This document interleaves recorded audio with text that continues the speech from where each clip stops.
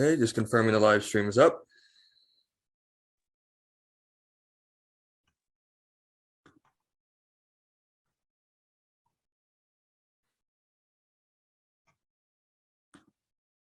Okay, live stream is good. At this time, will sergeants please start their recordings? PC recording has started. According to the cloud, all set.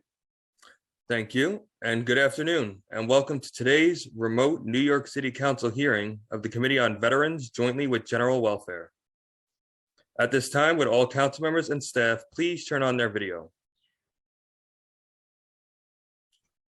To minimize disruption, please place electronic devices on vibrate or silent mode. If you wish to submit testimony, you may do so at testimony@council.nyc.gov. Once again, that is testimony@council.nyc.gov. Thank you for your cooperation. We are ready to begin.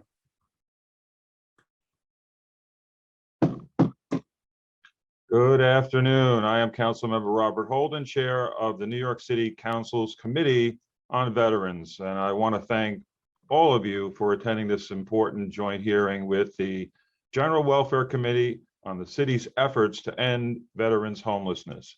During the 1970s, my generation saw the end result of a city and a country that neglected our veterans. Rampant homelessness and drug use plagued the veteran community. We've come a long way since the Vietnam War in how we treat veterans. Nevertheless, the transition from military life to civilian life remains challenging, even for the post 9/11 veterans generation. We are here today to better understand which programs and services are succeeding in helping veterans and in what areas we can do better. Last week, I visited the Borden Avenue Veterans Shelter in Long Island City, and I can tell you the staff is very committed to the well-being of homeless veterans. However, they need more resources and attention from city agencies. The food situation for our veterans has deteriorated significantly. And I brought some food back to show you here today, and I'll do that in a few minutes. But it's not much for an adult man to eat, and from what every single veteran that I spoke to says, the food tastes worse than it looks. For veterans who are suffering from depression, unemployment, and substance abuse, having a good meal can go a long way towards having a positive day. It can affect a veteran's attitude on job interviews and housing appointment. And it's not just about the taste and nutritional value, but the positive mental attitude a good meal can create. My office is going to work with not-for-profits and the nonprofits and city agencies to improve the food situation at the Borden Avenue shelter. While visiting the shelter, I also saw a better model on how shelters can be structured. Many veterans are not in an open area, but rather have an open air room with a door that remains unlocked. It creates a level of privacy that is preferred by veterans. It's like a modular unit. After speaking with veterans at the shelter, having this privacy helps maintain their dignity and fosters a more positive environment. It's a model DHS should look at for all homeless individuals. In addition to our oversight topic, we'll also be hearing Resolution 21-2022, sponsored by Councilmember Dinowitz, reaffirming New York City's status as a Purple Heart City and calling on the state legislature to pass and the governor to sign legislation designating the state of New York a Purple Heart State. We'll also be hearing Resolution 41-2022 calling on Congress to pass and the president to sign legislation that allows service members, veterans, and eligible surviving spouses to use the Department of Veterans home loans to purchase a co-op apartment, which is long overdue. In December 2015, the U.S. Department of Housing and Urban Development, HUD, and the Department of Veterans Affairs notified New York City that it had effectively ended chronic homelessness among veterans, signifying that all known chronically homeless veterans had either been housed or were on an immediate path to permanent housing. In 2016, HUD found that there were 527 sheltered homeless veterans and 32 unhoused veterans, a 66% reduction from 3 years earlier. And the de Blasio administration credits this reduction with the city's focused efforts to identify and track all homeless veterans, expanding affordable housing stock, connecting veterans with voucher programs, and implementing incentives for brokers and landlords to rent to veterans. While this is a landmark achievement, our work is not done. According to the latest DHS figures, in January of this year, there were 203 persons residing in our city's veterans shelters. However, total veteran count remains much higher because of many of our city's veterans are not living in a dedicated veteran shelter or unhoused altogether. We also have an unknown number of veterans who are at risk for homelessness, veterans who have substance abuse issues, veterans who are in danger of being evicted due to an inability to pay rent, and veterans that are not captured in the point in time count.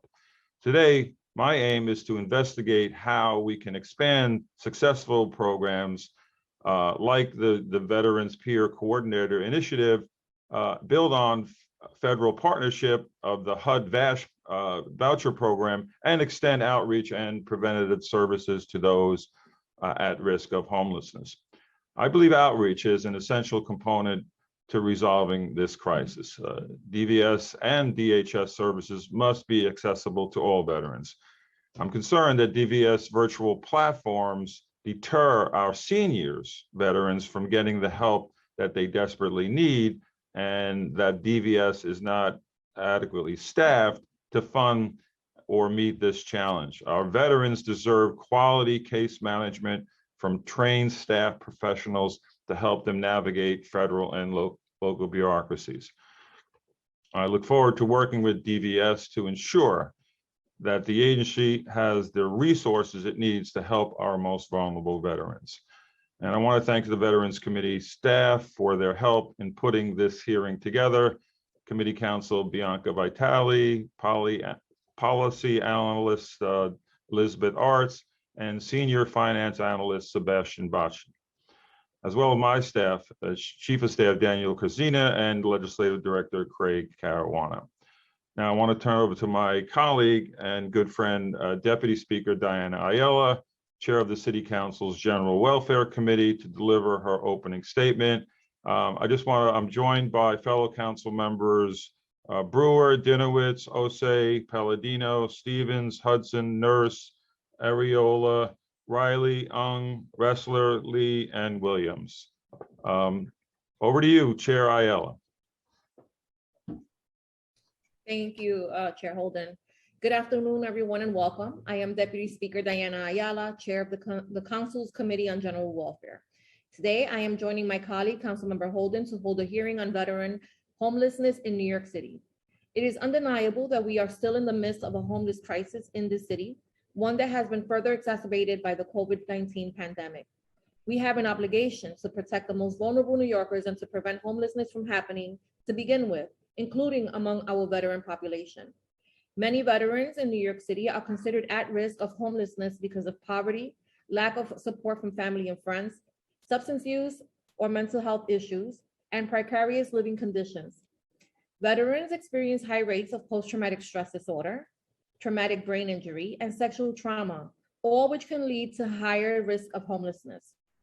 According to recent estimates, on a single night in January of 2019, the number of veterans experiencing homelessness in New York State was 1,270. Of that total, an estimated 684 were in New York City. More than 90% of veterans experiencing homelessness identified as male, 8.7% identified as female, and 0.3% identified as transgender. In addition to living in shelters, many veterans live in our streets. I would like to understand better what the Department of Homeless Services is doing to support veterans experiencing homelessness on the streets from the very first point of contact at outreach. We will be having a special hearing on unsheltered homelessness in New York City at the end of this month, but I want to underscore that sweeps are both inhumane and ineffective. We must do better for New Yorkers experiencing homelessness. I am also interested in learning what the city is doing to provide wraparound services to veterans who may be experiencing mental health issues or substance use, and what the city is doing to provide meaningful pathways to permanent housing for veterans. Housing is a human right. We need to make sure that we are taking a multi-pronged approach to ensure that every New Yorker has access to safe, permanent, and affordable housing. Thank you to the advocates, members of the public, and those with lived experience who are with us today. Thank you to representatives from the administration for joining us. I look forward to hearing from you all on these critical issues. In addition to the Veterans Committee, I would like to thank my committee staff who worked to prepare this hearing. Aminta Kilowan, Senior Counsel, Crystal Pond, Senior Policy Analyst, Julia Haramis, Finance Analyst, Rose Martinez, Senior Data Scientist, Ben Witt, Data Scientist, and my Deputy Chief of Staff, Michelle Cruz.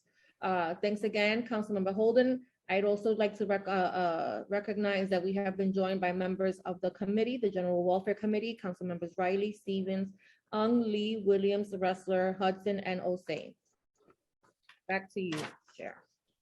Thank you, Chair Ayala. We've also, Caban, sorry, Councilwoman Caban. Caban, yeah, I was just about to mention her. Thank you. Thanks so much for that. So I'll now turn it over to Councilmember Dinowitz to deliver remarks on the resolution he is sponsoring.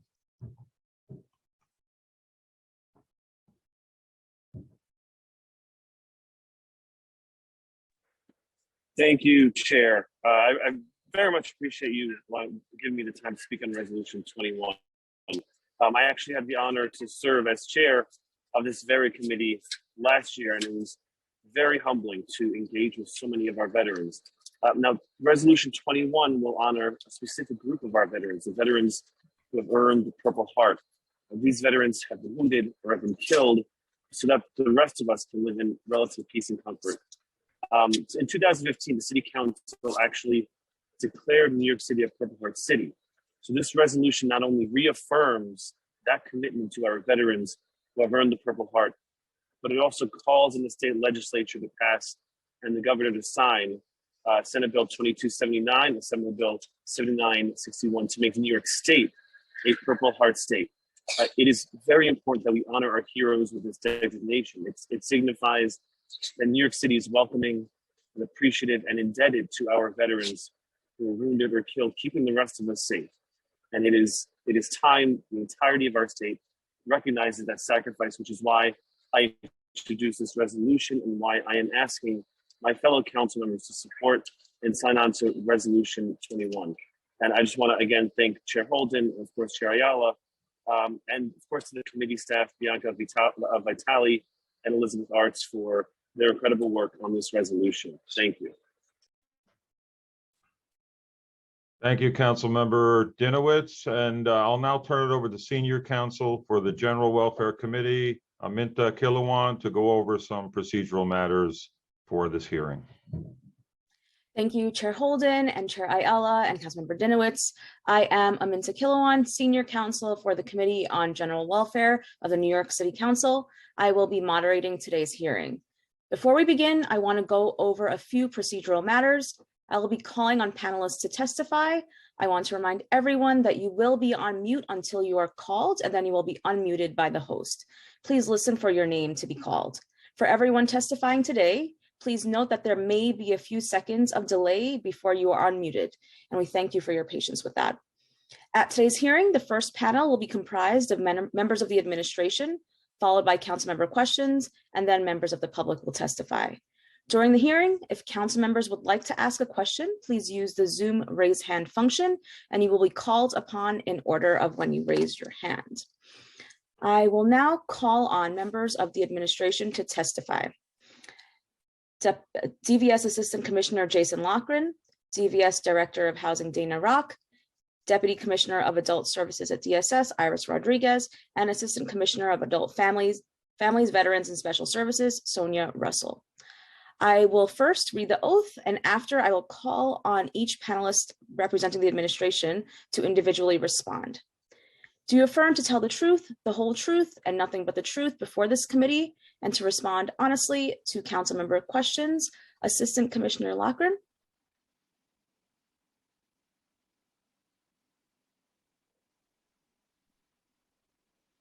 I do.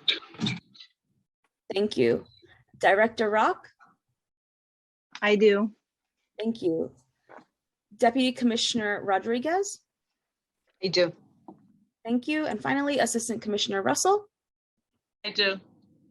Thank you. Assistant Commissioner Rock, you may begin when ready if you're the one who's going to be speaking first for the administration.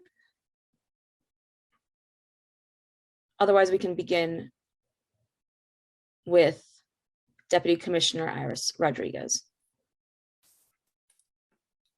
Hello, I'll begin today. Good afternoon, Deputy Speaker Ayala and Chair Holden, members of the committee and advocates. My name is Jason Lochran, and I'm proud to serve as the Assistant Commissioner of Community Affairs for the New York City Department of Veteran Services. I'm joined today by my colleague, Dana Rock, who is our Director of Housing. Thank you for providing us with the opportunity to discuss DVS's efforts in partnership with our sister agencies on addressing veteran homelessness. Following my testimony, we welcome any questions that committee members may have.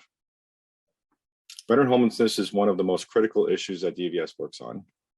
It has been a central focus of our work since before our inception as an agency, back when our department used to operate as the Mayor's Office of Veterans Affairs. In June 2014, former First Lady Michelle Obama announced the federal government's mayoral challenge to end veteran homelessness, an effort that the city of New York immediately became actively involved in. Since accepting the challenge 8 years ago, DVS has made remarkable progress in significantly reducing veteran homelessness. In collaboration with the New York City Continuum of Care, veteran-focused nonprofits and our fellow city agencies, New York City launched Mission Home Veterans, a city-based initiative to end veteran homelessness. New York became the largest city in the country to participate in this initiative. This effort represented the city's deep commitment to provide the necessary services, support, and housing needed for veterans experiencing homelessness. The growth of this effort also coincided with DVS becoming a full city agency, enabling us to serve as a national model for how cities and local government can offer comprehensive and holistic services to veterans. Assisting veterans who are experiencing homelessness is one of the foundational pillars of this agency. Since the start of our Housing and Support Services program in 2016, DVS has assisted a total of 1,056 veterans with their moves into permanent or supportive housing. My colleague, the Department of Homeless Services, Deputy Commissioner Iris Rodriguez, will provide you with more extensive details on the services and resources that DHS provides. I will discuss the extensive array of support services that DVS provides to veterans, many of which have been integral to addressing veteran homelessness in a holistic way. The primary DVS staff who work with veterans experiencing homelessness are in the Community Affairs Unit, which make up approximately a third of our agency staff. This unit provides care coordination and assists with critical veteran services, such as disability claims. We have 7 staff who are specifically dedicated to housing and support services, 5 veteran peer coordinators, also known as a VPC, a veteran housing specialist who is responsible for the recruitment of housing stock, and my colleague Dana Rock, who serves as their team leader.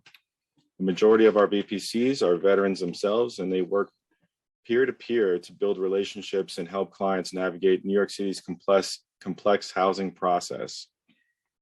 The VPCs serve as advocates, ensuring veterans are informed throughout the housing process and have everything they need, including but not limited to providing support to help veterans and their families assess and prepare for viable housing options, advocating on behalf of veterans and their families with landlords and management companies, transportation to and from apartment viewings, housing application assistance, broker and landlord introductions, unit inspection assistance, facilitation of one-shot deal requests, and referrals for furniture. Our goals are to help veterans understand the benefits they are eligible for, ensure the connection to the benefits occurs, and to identify a housing opportunity that is an appropriate fit.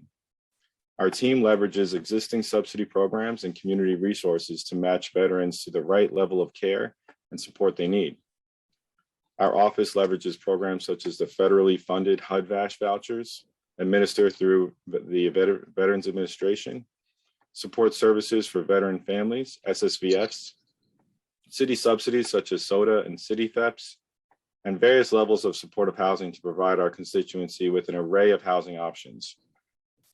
HUD-VASH is a collaborative program that pairs HUD's housing voucher program, rental assistance with VA case management and supportive services. These services are designed to help homeless veterans and their families find and sustain permanent housing and access to healthcare, mental health treatment, substance use counseling, and other supports necessary to help them in their recovery process and with their ability to maintain housing in the community. If veterans are ineligible for services through the VA, it can leave many experiencing homelessness without access to housing subsidies or case management. As such, in 2017, DVS piloted a program to fill this critical gap in services for those who are ineligible due to their length of service or type of discharge. The rental subsidy HUD-VASH Continuum was created and administered by the New York City Housing Authority, NYCHA, DVS, and our community partners to provide case management along with a Housing Choice Section 8 voucher to this subset of particularly vulnerable clients. This program was piloted with an initial 100 vouchers and was continued to grow each year. Since the program began, DVS has housed 259 veterans with this specific subsidy.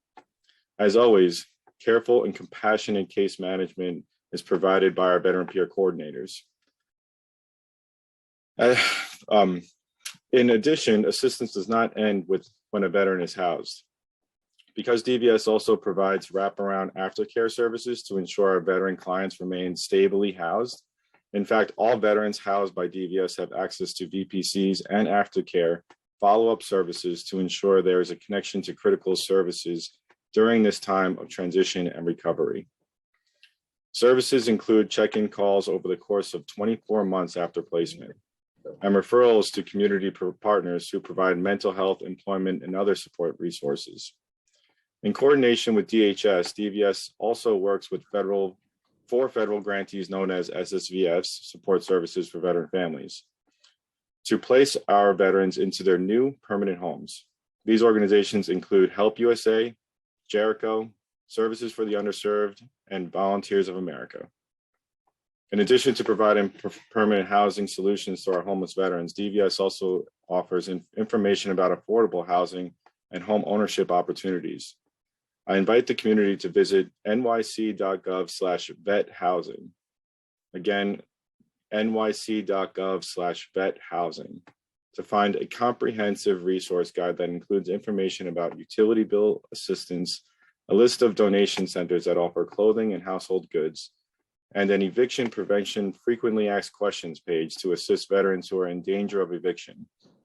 Another key feature on this page is our housing ladder, which is a resource that provides access to housing information for veterans at every stage of their housing journey. It includes information about NYCHA, Veterans Mitchell-Lama Preference, senior housing, the VA home loan, and the Veterans Property Tax Exemption. Our agency also advocated at the federal level for the VA home loan to be approved for the purchase of co-op shares. New York City is unique in that much of our housing stock exists within cooperative dwellings. And we believe that purchasing a co-op is an affordable pathway for our veterans to become first-time home buyers. We strongly support any policies that allow for the VA home loan to be used for this type of lending here in New York City. While our housing numbers are a measure of our staff's work and dedication, it is the individual lives that are impacted that are greatest wins. I would like to share the story of a veteran we housed in October 2020. He is a U.S. Army veteran with an other than honorable discharge that we began working with in April of 2020.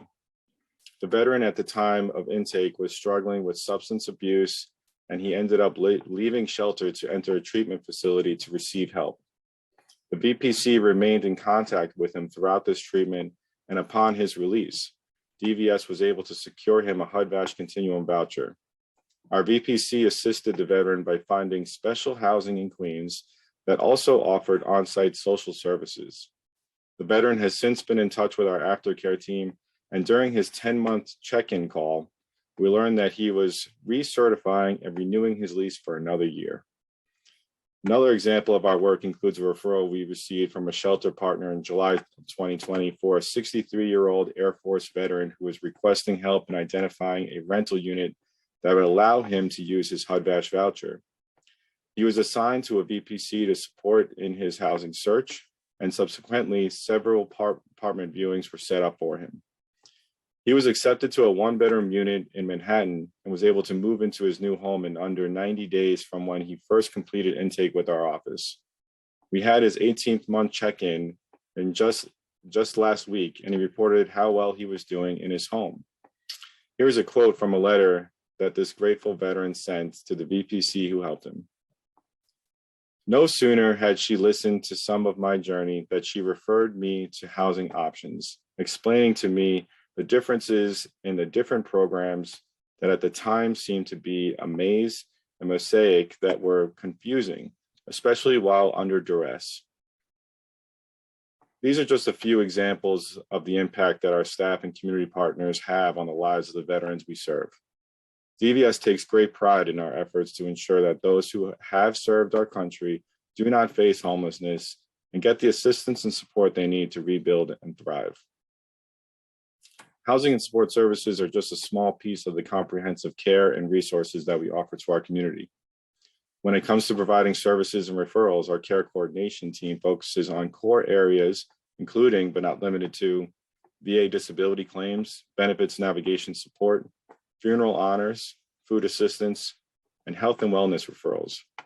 Our claims team has also been accredited by the New York State Division of Veteran Services to process claims related to disability compensation, survivor's pension, indemnity dependency compensation, and education.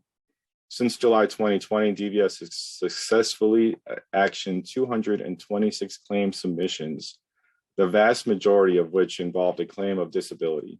Only 14.9% of New York City veterans currently receive disability compensation, and we believe the numbers of those who are eligible may be much higher.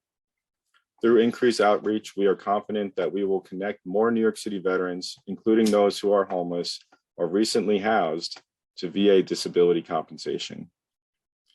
Providing employment, training, and educational opportunities to all veterans is a vital part of our mission, and is especially critical for veterans experiencing homelessness. One of the main reasons that people end up homeless is a lack of steady income, chronic or prolonged unemployment, and poverty. Some veterans also face the added challenge of having difficulty re-entering the job market after they have returned from service. It is estimated that there are about 20,485 veterans who are unemployed, which represents approximately 13.5% of the total New York City veteran population. For comparison, the overall unemployment rate in New York City was approximately 12% by the end of fiscal year 20.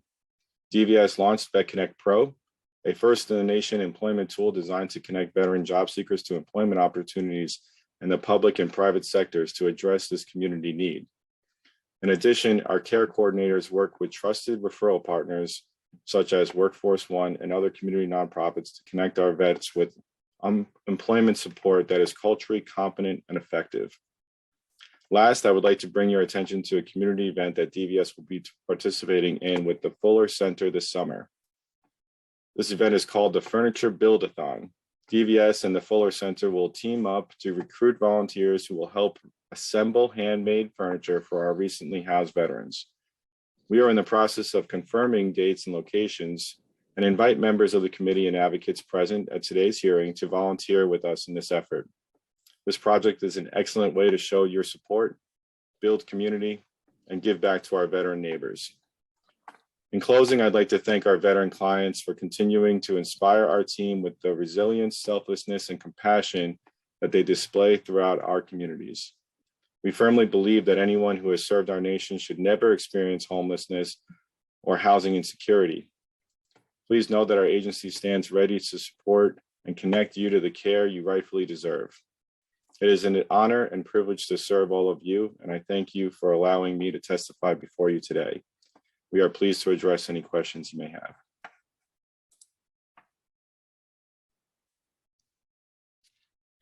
Thank you, Assistant Commissioner Loughran. Over now to representatives of the Department of Social Services. Good afternoon. I want to thank the Committee on General Welfare and Veterans and Chairs Ayala and Holden for the opportunity to testify today. My name is Iris Rodriguez, and I am the Deputy Commissioner for Adult Services in the Department of Homeless Service. I am joined by my colleague here, Sonia Russell, who's the Assistant Commissioner for Adult Family, Veteran, and Special Services, along with Jason Longhart, Assistant Commissioner for Community Affairs at the New York City Department of Veterans Service, who just spoke. We look forward to updating the committee today on the work that the Adams administration and DHS and our partners are doing to support veterans who may be experiencing homelessness. New York City's veterans are individuals who made the brave choice of protecting our nation above all, and it is our collective responsibility to ensure that they are stably housed and connected. Connected to the resources they need to thrive. DHS continues to do its part in supporting our veterans, and we are proud of the progress that we and our colleagues in and out of state of government are making in reducing the veterans' homelessness. From the onset, the Adams administration and DSS-DHS have made alleviating veterans' homelessness a top priority, with the goal of better serving and supporting those who served our nation and who may be experiencing challenges re-entering civilian life. Thanks to the aggressive rehousing efforts in close coordination with the New York City Department of Veterans Services, we have reduced the number of veterans experiencing homelessness in New York City by nearly 70% since 2014, when we had 1,650 veterans to now 542 in 2021. And we will rest until every New Yorker who has served our country in the military has an affordable home to live. Looking at the population of veterans experiencing homelessness in New York City, as of this month, we have 398 in DHS facilities. In addition, 5 that are experiencing unsheltered homelessness. We're pleased to share that from 2014 through 2021, we have placed 4,913 veterans into housing, which includes 1,130 veterans who have exited shelter through the U.S. Department of HUD, Department of Veterans Affairs Supportive Housing, also known as the HUD-VASH program, which provides comprehensive case management services to vulnerable veterans and as well as rental assistance. This progress can be attributed to the work of our dedicated staff, as well as our partnership with DVS and the U.S. Department of Veterans Affairs and the service providers. DHS operates a short-term veteran residency called Borden Avenue Veterans Residency. The Borden Avenue residence is located in Long Island City in Queens, and it provides transitional housing for 104 veterans in grant per diem and 71 veterans in DHS program shelters. The Institute for Community Living serves as the provider and began as the VA grant per diem program, which helps fund transitional housing for veterans up to 24 months to address veterans' needs. Borden has a nurse practitioner and many clinical staff on site to address clients' medical, mental health, and substance abuse needs. To further support veterans, there is an Article 28 clinic right next to Borden, where medical and dental services are provided to our veterans and many community members. As with overall service approach, prevention is a key piece of our strategy in addressing veterans' homelessness. As valuable as temporary emergency shelter can be for families and individuals with no housing option, a shelter should not be considered a home. Building on this approach, DHS places prevention efforts at the front foot of our agency goals, with the aim of keeping vulnerable New Yorkers in stable housing environments through multiple neighborhood services, of which have been tailored to meet the needs of our veterans. To carry out this vision, focus on prevention service, the Human Resource Administration, HRA, has established a home-based program, which is a community-based prevention program that serves as the first point of entry for those who are at risk of becoming homeless. Home-based assists individuals and families in overcoming immediate housing instability that could result in homelessness, while also helping clients develop plans for longer-term stability. Our home-based staff across the 5 boroughs are available to evaluate the specific needs of their clients and offer several services to help New Yorkers secure housing stability, including services for eviction prevention, assisting and accessing public assistance, emergency rental assistance, job placement, education assistance, relocation assistance, and short-term financial assistance. Specifically, to help veterans, DHS has supported programs at the Richwood Bushwick Senior Citizen Council Home Base, which targets and support veterans in the community who have experienced homelessness and are at risk of displacement. Through this program, our staff creates profiles for veterans who are at risk of reentering shelter, so we can monitor their needs before their circumstances become dire. This prevention model helps us ensure veterans have the resources and support they need to remain stably housed in their neighborhood. Additionally, to further our prevention service approach, we're implementing our rapid rehousing program to support veterans who are either newly entering the shelter system or re-entering it.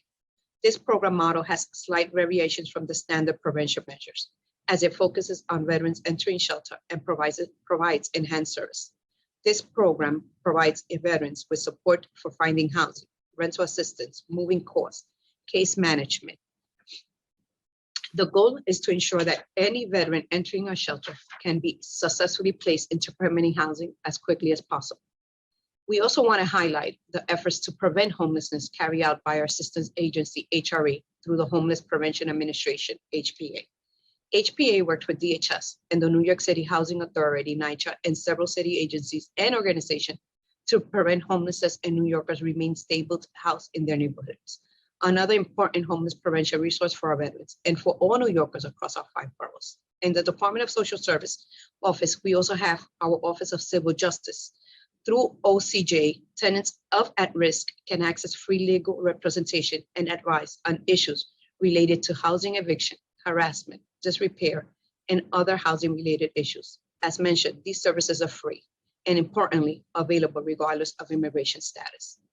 Pivoting to street outreach, DHS is committed to supporting unsheltered veterans, and we're proud of the progress we're making to this front. Due to the effort of our staff and network of providers, we have reduced veteran street homelessness to 5 unsheltered individuals. While these numbers are encouraging, our work to reduce unsheltered veteran population continues each day. We continue to partner with the VA on our street outreach and leverage their coordinated medical services to help individuals on the street. As we previously reported to the council, relationship building is a linchpin of our street outreach efforts, and we're proud of the outreach staff who engage our veterans with patience, care, and compassion as we work to stabilize and bring them indoors. Securing and maintaining housing permanency for our city's veterans is a top priority for the Adams administration. We are committed to finding permanent housing for all the veterans who are currently in our system and ensuring that they have the tools and support to exit our system and remain stably housed moving forward. In 2021, we helped place 341 veterans into subsidized and unsubsidized placements, and the work continues. There are several programs available to help veterans experiencing homeless or at risk of experiencing homeless to secure permanent housing. I would like to briefly walk the committee through these programs, starting with the HUD-VASH program mentioned earlier. Under the HUD-VASH program, eligible low-income veterans receive a Section 8 voucher, as well as case management and supportive service from the VA and community-based outreach clinics, with the goal to being placed veterans in long-term housing. Veterans are connected to HUD-VASH programs by servicing providers referred to DHS through the VSU unit, which in turn refers veterans to the VA Medical Center, where individuals are assessed for eligibility. Once deemed eligible, the housing vouchers are administered by the New York City Housing Authority and New York City Housing Preservation and Development to help veterans access public, subsidized, and private market housing. This program partnership has proven successful and continues to help veterans experiencing homeless in our city locate stable permanent housing. We also recognize that in order to increase our veterans' placement in housing, we must also partner closely with property owners across the 5 boroughs to find suitable homes for our clients, to encourage landlords to rent their apartments to our veterans in need. The city launched the Mission Home Program, which recruits property owners to rent their units to our veterans. With appropriate military discharge status, veterans are able to access HUD vouchers as well as support services from veteran families, which is also called as SSVF, which provides supportive service designated to promote housing stability, including access to benefit, cash assistance, housing court advocacy, job training, and employment to low-income veteran families or individuals either residing in shelter or transitioning to permanent housing. We also want to highlight the opportunity available to veterans through our rental assistance program. For instance, when veterans enter, they're exempt from the 90-day shelter stay requirement to qualify for our city FIPS rental assistance voucher, and veterans are also prioritized for our emergency housing vouchers, EHV, which is a program made available through the American Rescue Plan Act to assist individuals and families who are homeless or at risk of experiencing homeless in finding housing. As we close, we want to emphasize several key takeaways from our testimony. The Adams administration is committed to using every tool at our disposal and leaving no stone unturned to house veterans experiencing homeless. That is the least we could do to express our gratitude for their service and commitment to our nation. It takes a village to support our veterans experiencing homeless, from the federal level all the way to the local providers in our neighborhood. And we must all share the responsibility to properly shelter and house our unhoused neighbors. We remain committed to serving our veterans experiencing homeless with the care and compassion they deserve and partnering with City Council on these efforts. Thank you, and we welcome any questions that you may have. Thank you, and thank you to all members of the administration for your testimony. I will now turn it over to Chair Holden for questions. Thank you both for your testimony, and thank you for mentioning the number of veterans in 2021 entering permanent housing. I guess this is for DHS. Can you give us an understanding if those numbers are an improvement from the past or about the same? We've reduced veterans homelessness by over 70% since we started the efforts of reducing, ensuring all veterans are housed. Back in 2014, we had, like I mentioned previously, a little over 1,650. We're down now to 542. So that has been a 70% decrease. So are we placing veterans into housing faster than the number of veterans entering the shelter? I want to say that our prevention service at the front door, coupled with the placements that are coming, I don't have the exact number of how many folks are entering at the front door. We could definitely get back to you, but the numbers have been reduced. So I want to say that it is coupled with front door prevention and diversion efforts where we have at all our intake, and it coupled with permanent exit with support with subsidized housing that we have towards the back door. Yeah, so how does DHS define exit to permanent housing? What is permanent housing? How do you define that? Exit to permanent housing is those individuals that we are able to place using subsidies. So we have several subsidies, like I mentioned earlier, HUD-VASH, we have VASH Continuum, and we have City FEPS. And in addition, we also partner with our SSVF providers who provide short-term assistance to move clients. So when we say we're placing people into housing, it is into an apartment or a room where they have an actual lease. Okay, so can you give us a breakdown of how many female homeless veterans versus male homeless veterans? I don't have the exact number, but I could tell you that our population, 90% is male versus 10% being female. Okay, are there any unique services for female veterans? Because it looks like they're going into just regular shelters, not veteran shelters, right? The female veterans. So we have two, our female veterans fall under single adults, and they also fall under families with children. While in our single adult system, we have most of them concentrated at one location. Specifically for veterans, females, in the families with children, they're not. The way we place our families with children, we place them based on the youngest child school. So if a female veteran is coming in and their child goes to school in the Bronx, we will make an effort to place them closer to their school. So how many are we talking about, veterans, female veterans with children? Do we have a number that are seeking shelter? As of last week, March 31st, it was 31 families with children. Out of those 31, I cannot for certain, I will get back to you to tell you how many of those were with a female head of household. Okay. But our number of female applying with a veteran in the family member is 31. Okay, how many new homeless veterans are entering the shelter system each year? Do you have a number on that? No, I do not, sir. I would definitely get back to you. All right, can we get that? Sure. And what are, there are some notable trends among homeless veterans population in New York City? Like, are there notable trends like, age, that we're seeing a different age population, time in service, unsheltered versus sheltered, disability rating? Can you break that down as to any notable trends we're seeing? We will have to get back to you also with that data. All right, Chair, I think, go ahead. sorry to interject here, but All Chair, right. we can kind of give you some broad level demographic that can kind of give you an idea.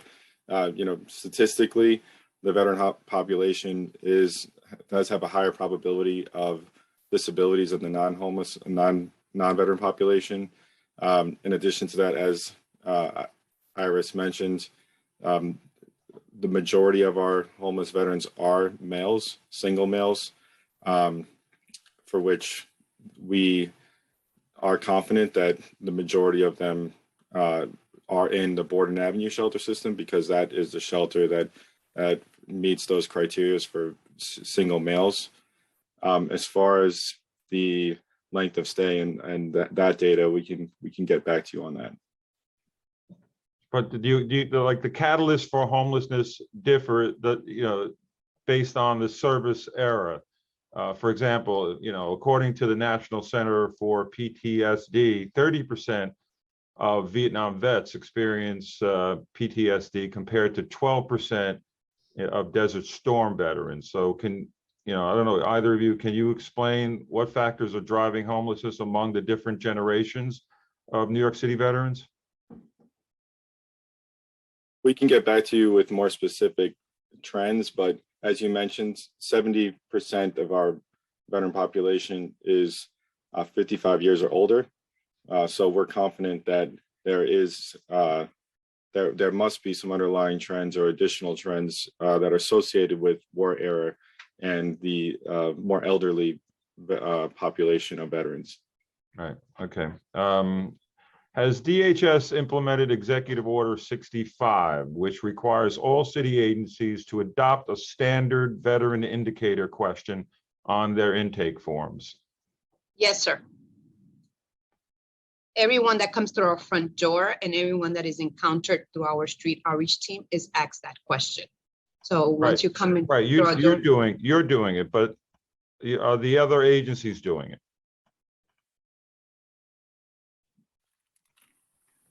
DHS is doing it, and I want to say that we work closely with DVS and with HRA. So that question is being asked. Anyone that comes through our front door, whether it be families with children, adult families, or single adults, it is one of the questions that is asked, because it also leads us to have a by name list so we could identify early in the process who they are and how to better serve them. Yeah, can we get a copy of that form? The form that we complete at intake? Yes. Sure. Just want to, because we want to also make sure that other city agencies are doing that. And I'm sure we'll find some agencies that are not doing that. So that's why I think we need to, somebody needs to check that. So does DHS track the services veterans are receiving separate from city services? So for example, does DHS know if a veteran is working with a nonprofit for housing using a supportive services for veterans families, SSVF grant, or if a veteran is researching or searching for employment with an organization federally funded through the Homeless Veterans program, the HVRP grant, what is that? HVRP grant. So one of the things that happened several years ago is that DHS, in collaboration with non-for-profit and other city agencies, created, and I'm just going to start and then pass it along to Jason since he wanted to talk about this platform. We created a platform where city agencies, non-for-profits, the VA share one mutual platform for all our veterans that are in our system and in their system. And one of the things it does is it gives us the ability to have a by name list. It gives us the ability to know what housing we're going to be working with for that individual. The VA is able to tell us whether their VA status, whether they are a vet or not, whether they're honorable, dishonorable, or non-honorable. And it also gives us the ability to, amongst different agencies like HPD, HRA, DHS, DVS, know the services that we're working. So when I say we work and we have a by name list, that was one of the platforms that was created. And it was to have continuation of service amongst several city agencies and non-for-profit holders. Jason, I know you wanted to talk a little bit about this a little bit more, so I'll pass it to you to talk, how we're all using it to better serve our veterans in the community. Thank you, Iris. I think the Deputy Commissioner handled that and expressed that pretty clearly in that I think this is a really strong and bright spot as we define collaboration in city government and our partners outside of city government, such as the SSVFs that we mentioned and some of the folks that are that are going to testify today. It's that collaborative approach that helped us accomplish our goals in reducing veteran homelessness by 70% from as mentioned earlier. And so when you really think about how do we accomplish such a large task like reducing veteran homelessness by that percentage, it really comes with not only the buy-in from the community and the buy-in from legislators like yourselves and committee members here, but also technology. How do we speak to one another and be transparent about the services that these folks are being connected with to move the needle?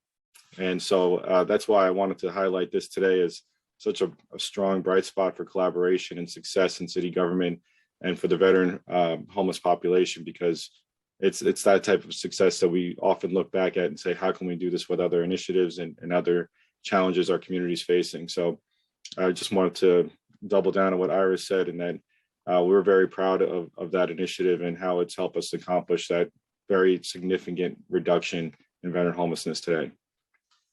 What was the name of that platform you just mentioned? It's the DVS by name list, but it's DHS. I'll pass it over to DHS. If they... Well, Mission Home. Commission Home. It's a as Jason described, it's a platform based on technology where we share information regarding all our vets amongst different city agencies and the VA and non-for-profit world who service this population. So we all have the ability to look at it and see it in real time. Okay. I have a few questions on mental health and substance abuse before I move on to just a couple other questions, and I'll turn it over to my co-chair.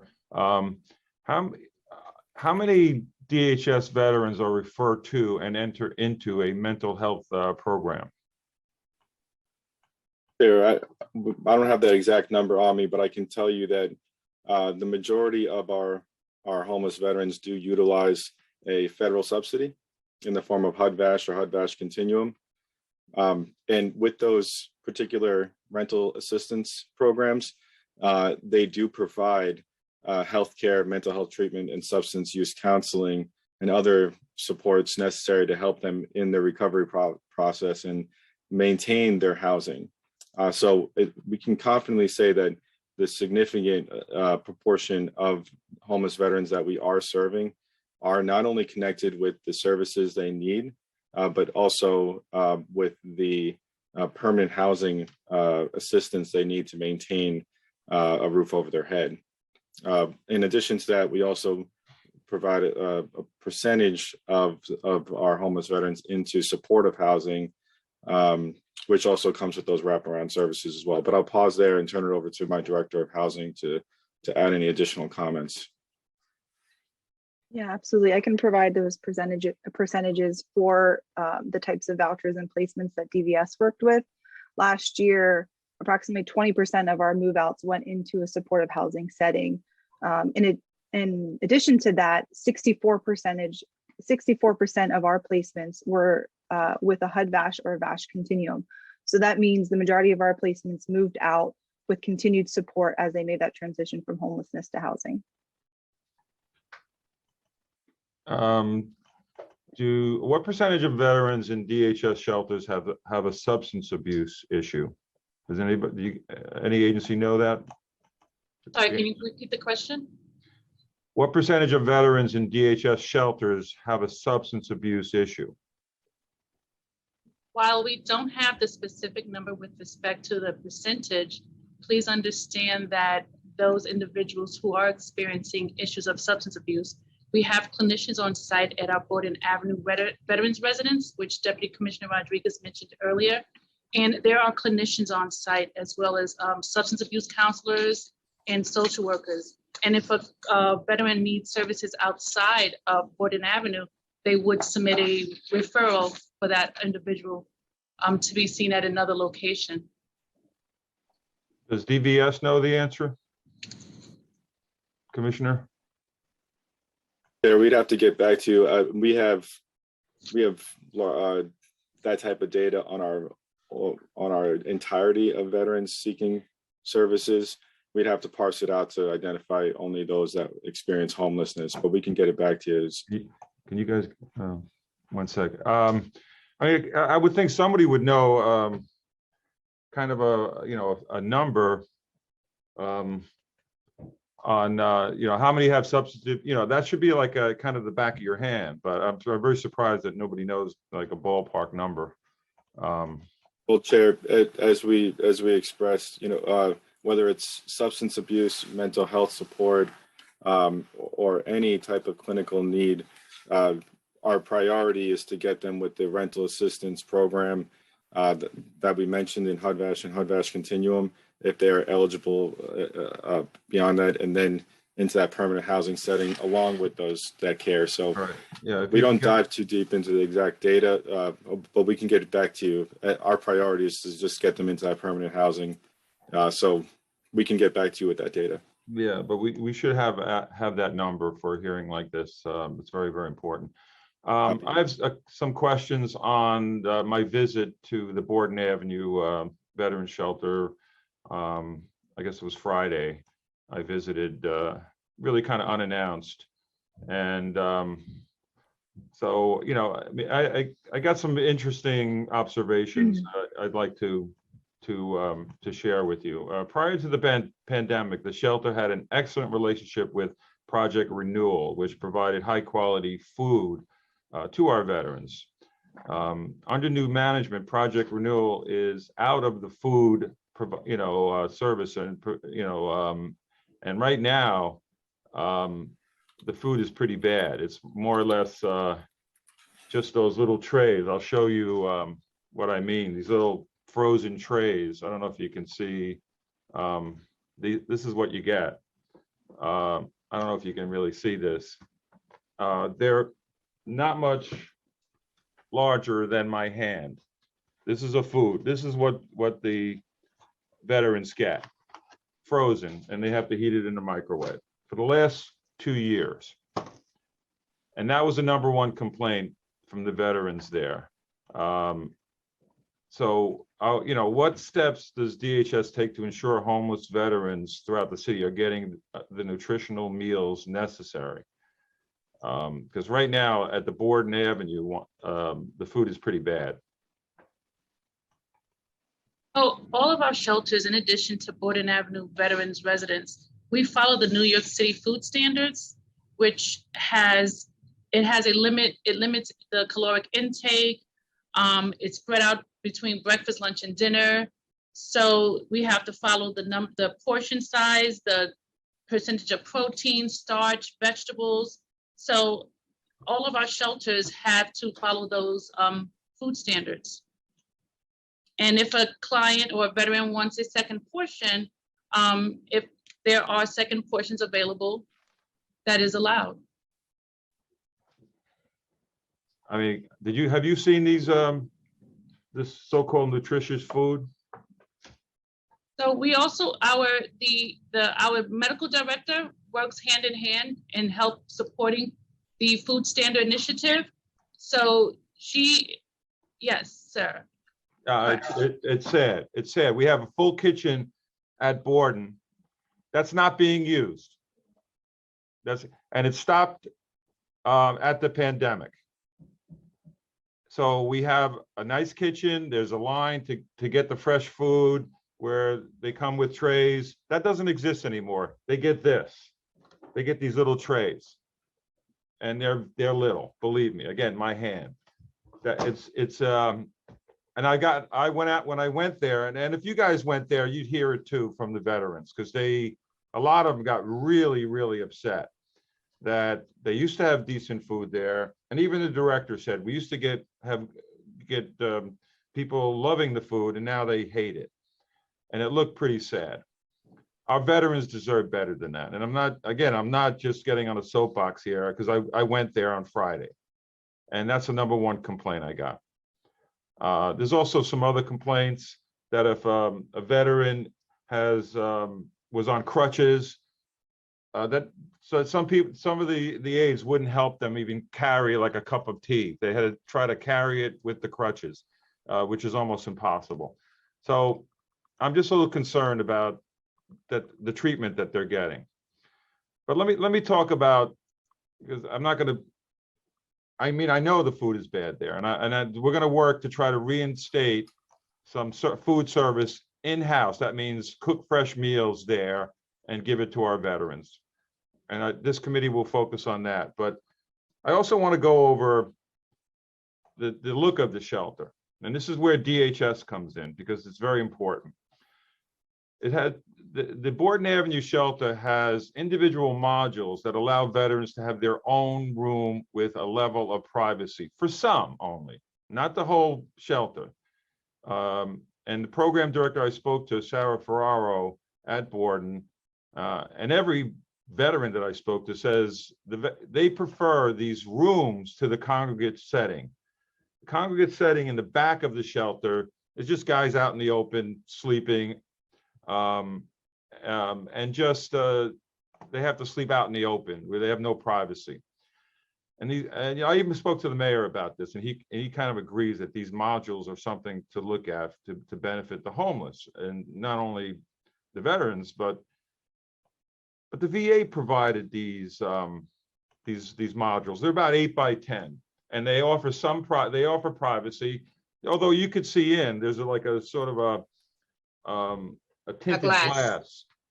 Have you seen these modules? Yes, we visit our shelters. Yes, I'm fully aware of what you're describing. We have 154 beds under that, and then we have another 100 in what you described, the congregate setting. The total population at Borden is 254 beds. So why not get these modules for the other veterans in that shelter? And why doesn't DHS provide that?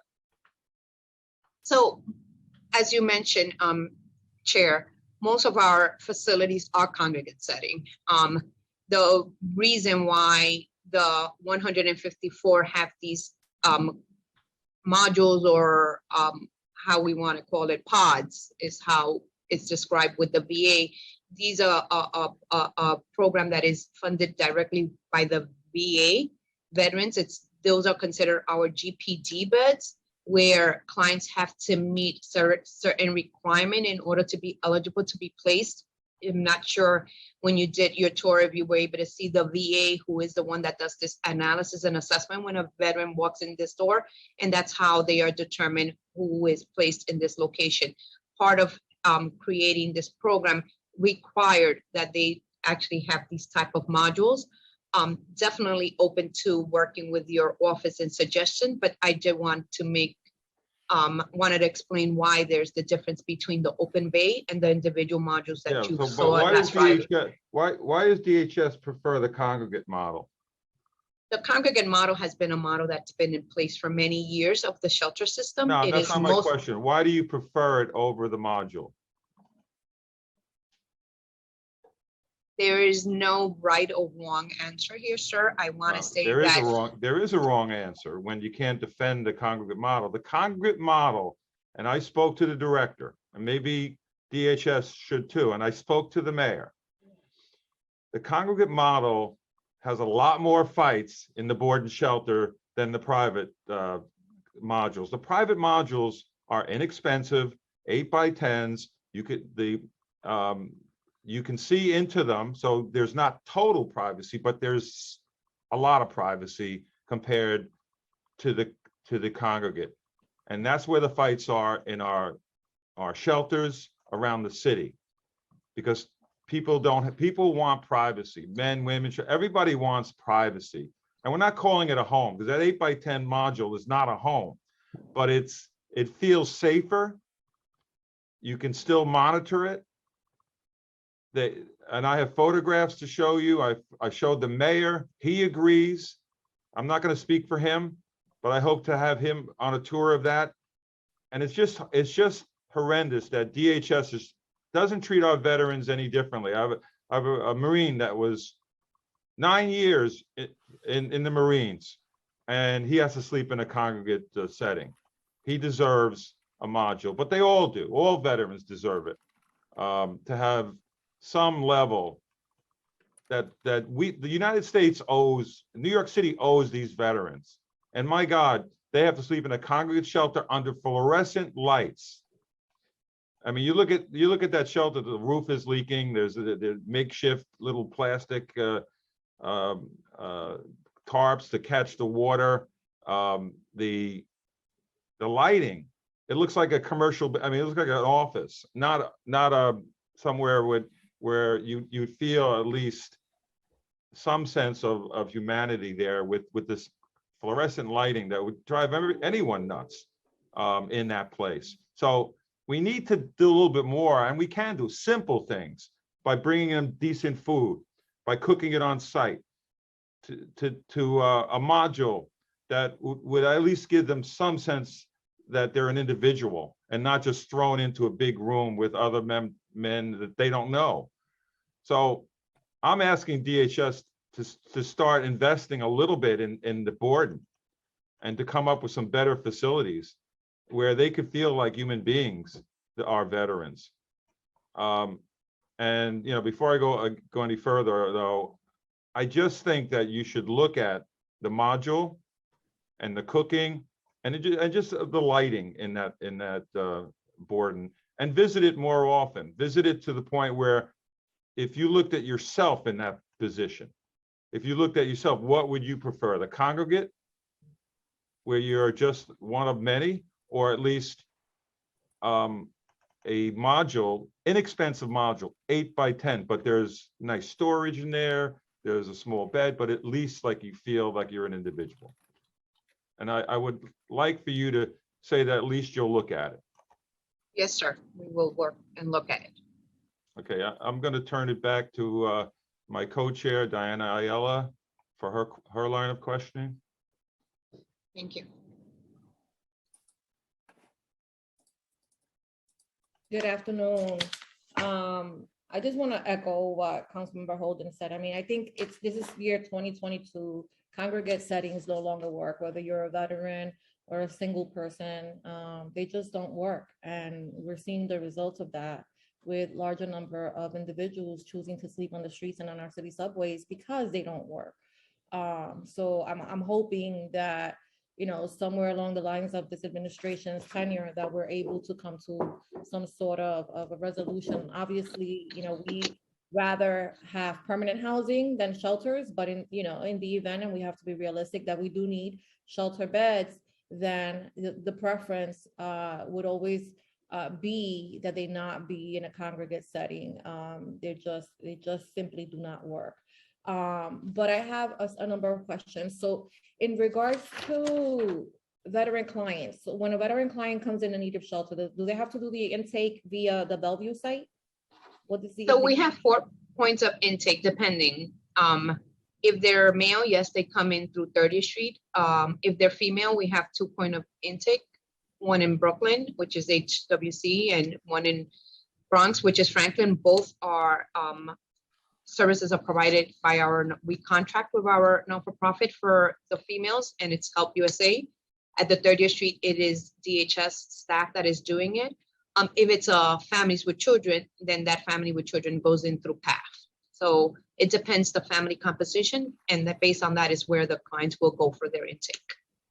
So if an individual, let's assume that is a single male, goes to Bellevue, are they then screened to determine whether or not they classify as a veteran, and then are they sent to a veteran specific shelter, or are they sent to the general population?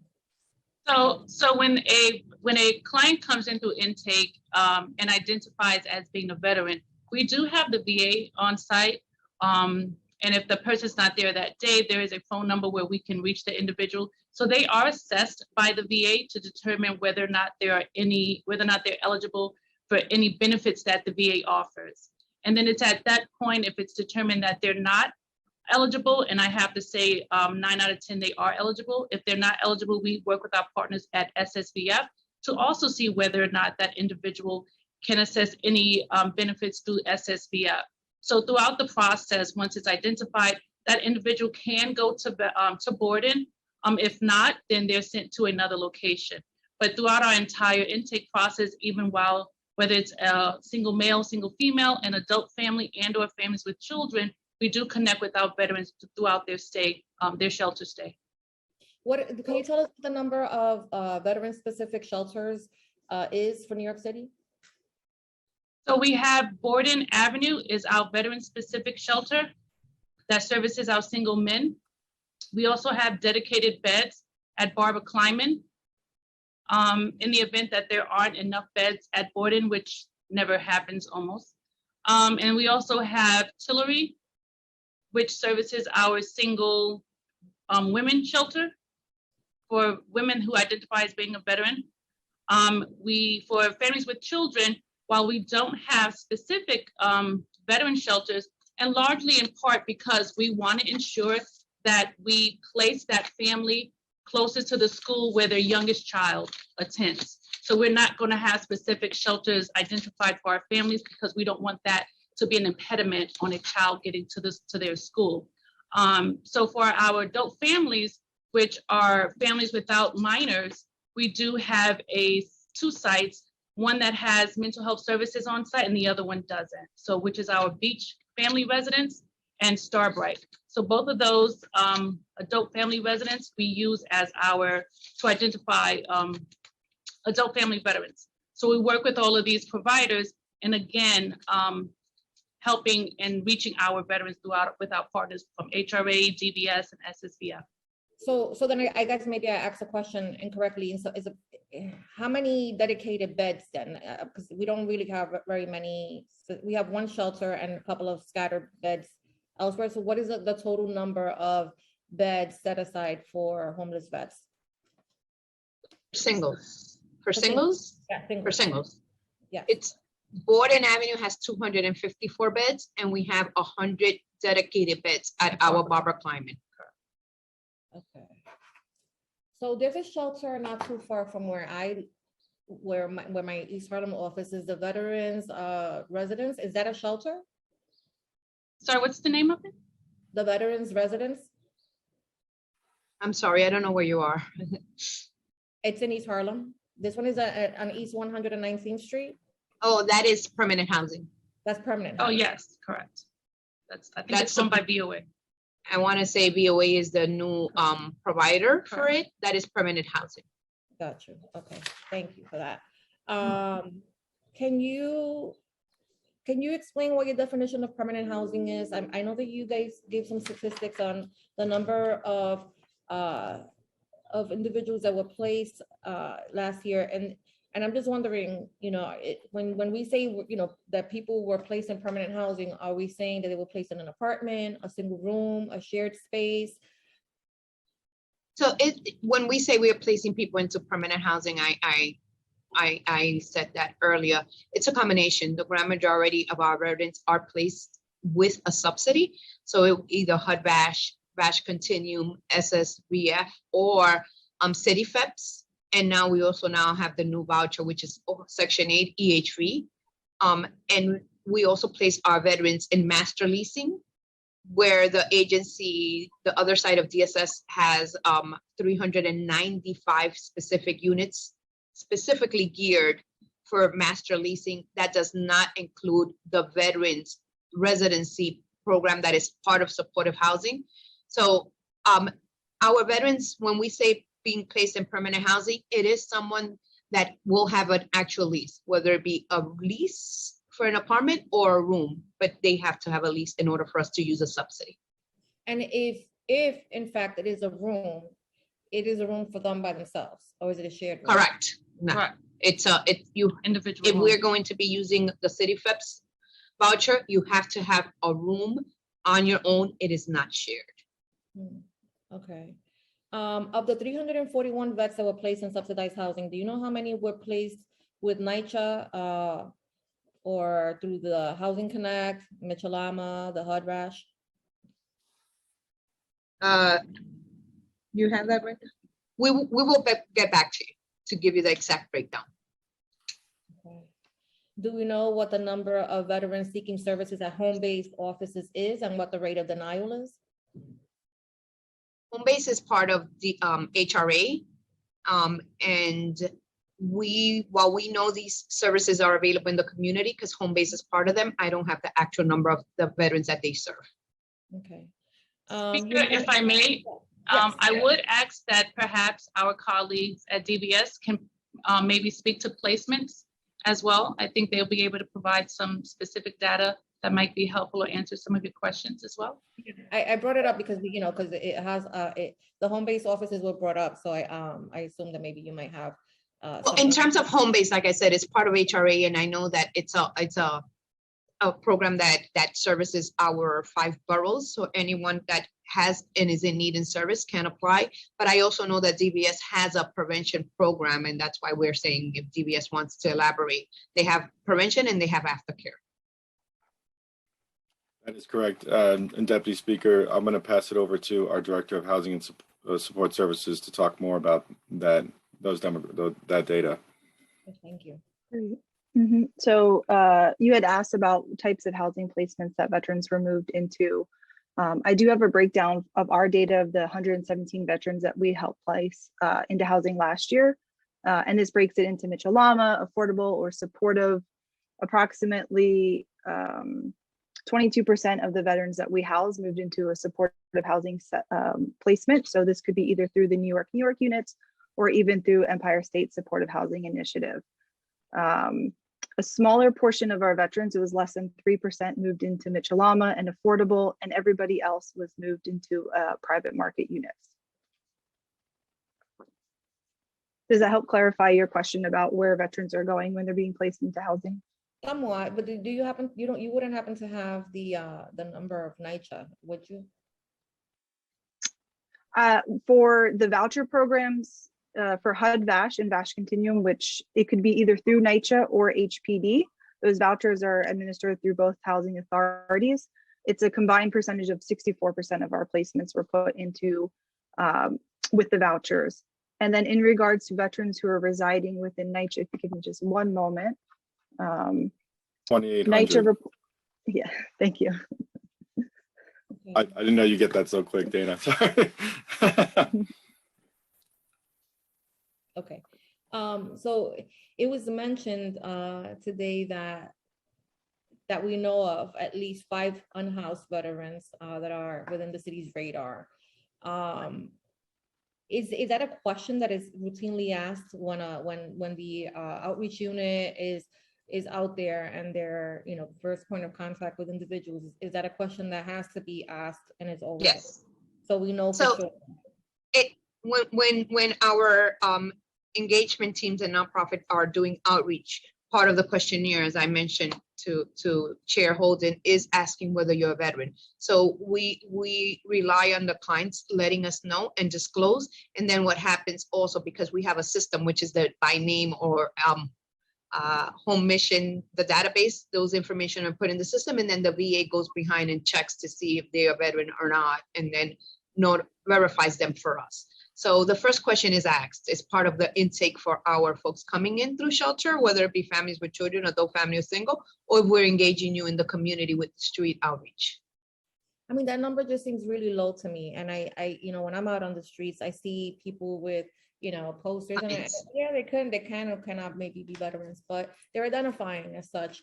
And so that the fact that we're, you know, that we have 5, that the number happens. So I want to make it clear, we have 5 unsheltered veterans, which still remain on the street. We have another 49 that we've been able to bring into our system that are part of the street housing division, and they're a part of either in a stabilization bed or a safe haven bed. So 49 are in that low barrier shelters that fall under the street. And then we have 5 that are part of the by name list, that are part of the outreach team that we're trying to engage to bring them in and try to convince them that, you know, we want them to come into shelter. So out of the 49, were those placements recent? Like, did they happen like last week, in the last 2 weeks? So it's continuing. It's daily engagement. I will have to get back to you to tell you what days of when they've been coming, but I do know that in our stabilization, in our safe haven, we have 49, and then we have 5 that are unsheltered. Yeah, I'm telling you that number doesn't seem right, but I can Okay. also kind of predict why it might not be accurate. So with, you know, there's been a lot of controversy as of late regarding the removal of homeless folks from the train stations and from encampments. My understanding is that when outreach workers are out there and they're making contact with unhoused individuals, they usually, especially for specialized beds and for safe havens, there has to be a number of contacts that are made before the person is found or deemed eligible for those types of units. With the ongoing raids and people being displaced and moved from one place to another, are you comfortable in, you know, enough to feel, do you feel that this is going to allow you to do your job to the best of your ability? Because I find it really difficult if we're moving people around that we're going to be able to service them in the way that we intend to service them if we no longer know where they are. The continuity of service, as you know, is vital to get an individual to accept, you know, housing to begin with, which can be a very tedious, you know, process. I mean, we're talking about, you know, it can take upwards up to a year, maybe sometimes I've heard cases with 2 years, but we know that the individual is on X corner every single day. If we move the person, now we're starting the clock all over again. So I would really like to get on record, like, what are your thoughts on that? Because I don't know how that is helpful and how that impacts this work. So the approach that the new administration has been taking is we're doing a collaboration with several city agencies. So I know you're talking about when we're going out there and in engaging folks. It's being done currently now through DHS in partnership with Department of Health and Mental Hygiene, in partnership with NYPD, in partnership with sanitation. As you may know, Speaker Ayala, it takes more than one engagement to try to convince someone to come in the door. So yes, I understand when you say, I go to the corner and you see this person in the corner, we're going to be continuing to go out there. One of the things this administration has made a commitment is opening over 500 beds, of which we last week opened 3 different facilities. And it is for that same reason. We're ready to, when anyone wants to come in their doors, be able to offer them a bed and bring them into our system. But in all fairness, those three sites that were open last week were commitments that were made through the de Blasio administration, and there has been absolutely no money put into any type of supportive housing in this year's budget. So that concerns me. You know, it's a real concern. And I listen, we're all partners in this, so I don't want, you know, I'm trying to get to, you know, to the bottom line here, because I want to know how we can, what are we doing right, and where can we be doing better? And I just really feel uncomfortable with the way that we are moving folks along. Now, I am not saying that I or anyone on this body condones allowing, you know, individuals to sleep on the street. I happen to know a lot of them by name. I've lost a lot of them on the street that died to hypothermia because they have underlying illnesses that are not being treated. I understand, and I am, you know, completely, you know, in favor of making those contacts and trying to facilitate, you know, the transition to some sort of temporary and eventually permanent housing. However, I think that, you know, you doing, you know, by virtue of, you know, dismantling encampments in the way that we're doing it, we're doing a disservice, you know, to the work that you're trying to do out on the streets, because now you have no idea where John Doe is, because John Doe is no longer there. And we know, because only 5 people have accepted assistance, that John Doe is also not in the shelter system. So where is he? You know, that should be cause for concern. I mean, people should be outraged about that. It is inhumane to do that as well. So oftentimes in government, we're either to the left of something or to the right of something. And, and I find that there's a lot of commonality and, there is a really, really big gray area. And we need to work together in order to ensure that all, unhoused individuals that are out on the street for whatever reason, for substance use disorder, because they have some, mental health issues, because, they lost their job, they lost their apartment, they don't feel safe in a congregate shelter setting, that we are, able to know, to identify them in a way that allows us to better service them. So I'll leave it at that. I know that it isn't, this is not something that, we're going to remedy, and I don't expect you to have, an answer to that, but I really think that it is important as a chair of this committee that that I say that publicly, because it is something that is weighing very heavily on, my mind and on the minds of, every single provider that is out there doing this work, which is difficult to begin with, and we shouldn't be making it harder. With that, I really want to allow, I have a couple of questions regarding the food. So is it that did the city move away from doing, from purchasing raw food and cooking it on site because it was more cost efficient to do it pre-cooked? So not all our facilities have the ability to cook meals on site. There are some that do have a full kitchen, as Chair Holden has expressed at the Borden Avenue residency. But for the most part, our facilities, what they do is they subcontract the meals, and it is prepackaged, and we have to follow the food standard, which is unfortunately 2,200 calories to be provided throughout the day. In doing so, it is more, the food comes and we warm them up, and then we service them to our clients. Are these culturally relevant meals, Yes, ma'am, they are. Yeah. Okay. If a client requests a culturally competent meal, we will absolutely serve him or her. Perfect. Okay. And I have two more questions, and then I'm going to defer to my colleagues because I know that they've been waiting for a while.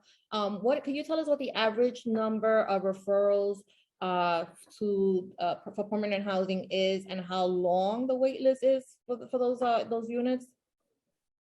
I'm sorry, can you repeat your question? How many people are being I guess deemed eligible for permanent housing, and how long is that wait list? Like, how long could a person that is in shelter and qualifies, meets all of the guidelines, like how long are they in shelter? So our veterans is one of the things the administration has done, and we had done previously, and the administration has continued to support. The minute a veteran walks into a door, there is no wait list to qualify for a subsidy. It is the one population that you walk in the door, we can issue you a voucher immediately. There is no 90-day requirement to qualify for a subsidy for a veteran. Okay. Do we know what services are available to veterans living in supportive housing settings? Supportive housing, maybe, I'm not sure if DVS would be able to answer that question. I know supportive housing falls on the HRA and they monitor those contracts. So unfortunately, I can't speak 100% of the services supportive housing is providing now. Okay. Deputy Speaker, what I'll say is, again, also adding on to your previous question, as we said, veterans have a higher probability of being eligible and access federal subsidies. So one thing we are really proud of is the federal dollars that we bring back into New York City's economy with all our veterans who are eligible for those subsidies. But in addition to that, because they are federal subsidies, they do come with those supportive services through the VA and our nonprofits and ourselves who perform these critical time intervention type of support and engaging with them before, during, and after they are housed permanently. I'm going to pause there, though, and pass it over to our Director of Housing to talk more about that service and the question you had. Great, thank you, Jason. So to get back to the question about supportive housing, I hope I can provide a little bit of insight into it. I do think it depends on the type of supportive housing that the veteran is moving into, and vets have access to different levels. Earlier, the New York units. We also work with the Empire State Supportive Housing Initiative, and that has different criteria than New York, where a veteran just needs a disability. It doesn't have to be a mental health, it could be medical or substance. So the case management might be different than a type of supportive housing where it is more geared towards veterans who are chronically homeless or have severe and persistent mental illness. So the degree of support that's offered really depends on the program and the level of supportive housing. I'm going to assume then that all the providers that are supportive housing units have an expertise in both mental health and substance use disorder. Yeah, one thing I have to say that supportive housing that is being brought up, it is about depending, not as Dana has said, it depends on, what type of housing. So we have supportive housing that caters or services people with mental illness. We have supportive housing that services people with substance abuse. We have supportive housing unit that are for seniors. So it depends on which supportive housing unit the individual is being found eligible in order to be able to move them into those locations. So those are kind of the supports that come when you're moving them into these type of settings. Okay, and I'm sorry, really quickly, I'm sorry to the council members that are waiting. I lied a little bit. I didn't mean to, but just two last questions. I'll ask both of them at the same time, so that way you can just get back to me. Of the city FEPS rental assistance voucher recipients, how many veterans have received shopping letters, and how many are utilizing vouchers for permanent housing? And two, can you give us an update on how many veterans were among seniors who benefited from the elder rent assistance program? Deputy Speaker, I'll share some of DVS's numbers on this, and this kind of goes into your previous question in that 70% of the veterans that we've worked with utilize some form of supportive housing or supportive rental subsidy. So that means HUD-VASH Continuum, and supportive housing. So only about 30% of our homeless population that we've been working with do not fall into one of those categories. On the city FEPS side, that makes up, at least on our end, one of the lowest populations of veterans who are utilizing those subsidies, which again speaks to how our homeless veteran population is not a significant burden on the tax levy dollars invested in the city. We bring a lot of federal dollars back for this population. I'm really proud of the work we do in collaboration with DHS, HRA, NYCHA, HPD, and the VA and HUD to make sure that they get these eligible benefits that they've earned in their military service. But I'm going to pause there and pass it over to DHS to comment. And to respond to your question about the shopping letter, as I mentioned earlier, all our veterans, if we are not able to divert them from the front door and move along into our shelters, do qualify for a shopping letter because there is no day requirement. So once they arrive, and if it is, there's an assessment done, and if it is through city FEPS that they're going to be moving out, that's when we're issuing. But as Jason has described, many of our vets qualify for either HUD-VASH or VASH Continuum, and we prioritize them for those type of subsidies. But do we know what the number of shopping letters is in the universe today? So what I want to say is we have 300, close to 400 individuals. All of them are eligible for a shopping letter. Gotcha. Thank you. That's helpful. Okay, and the last question was on the seniors.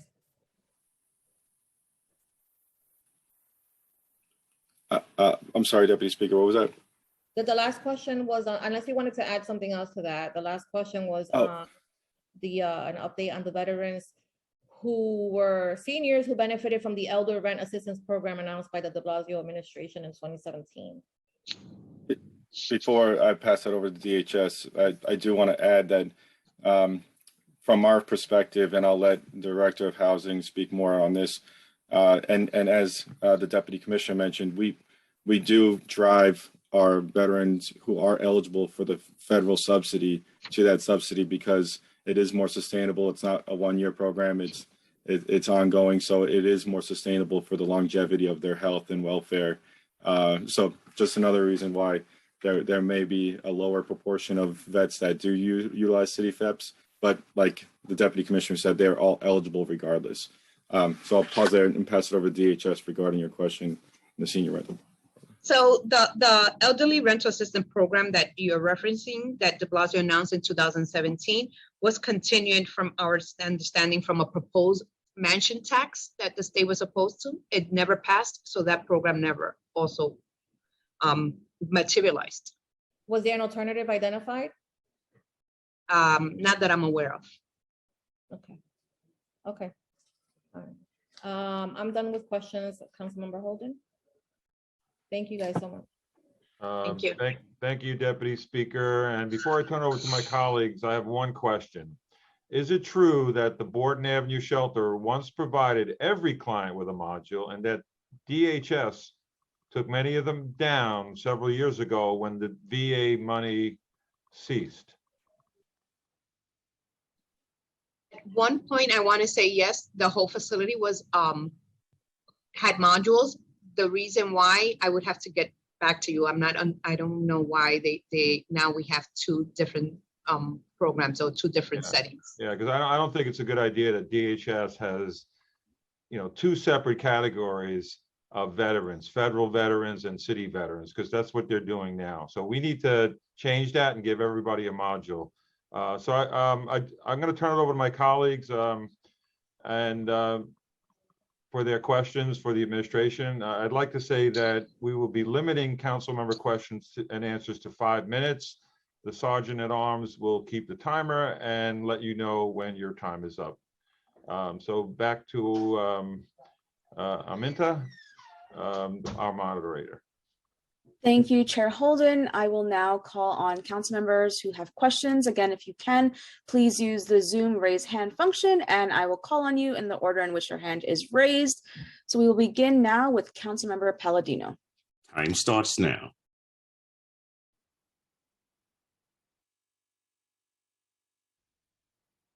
Good afternoon.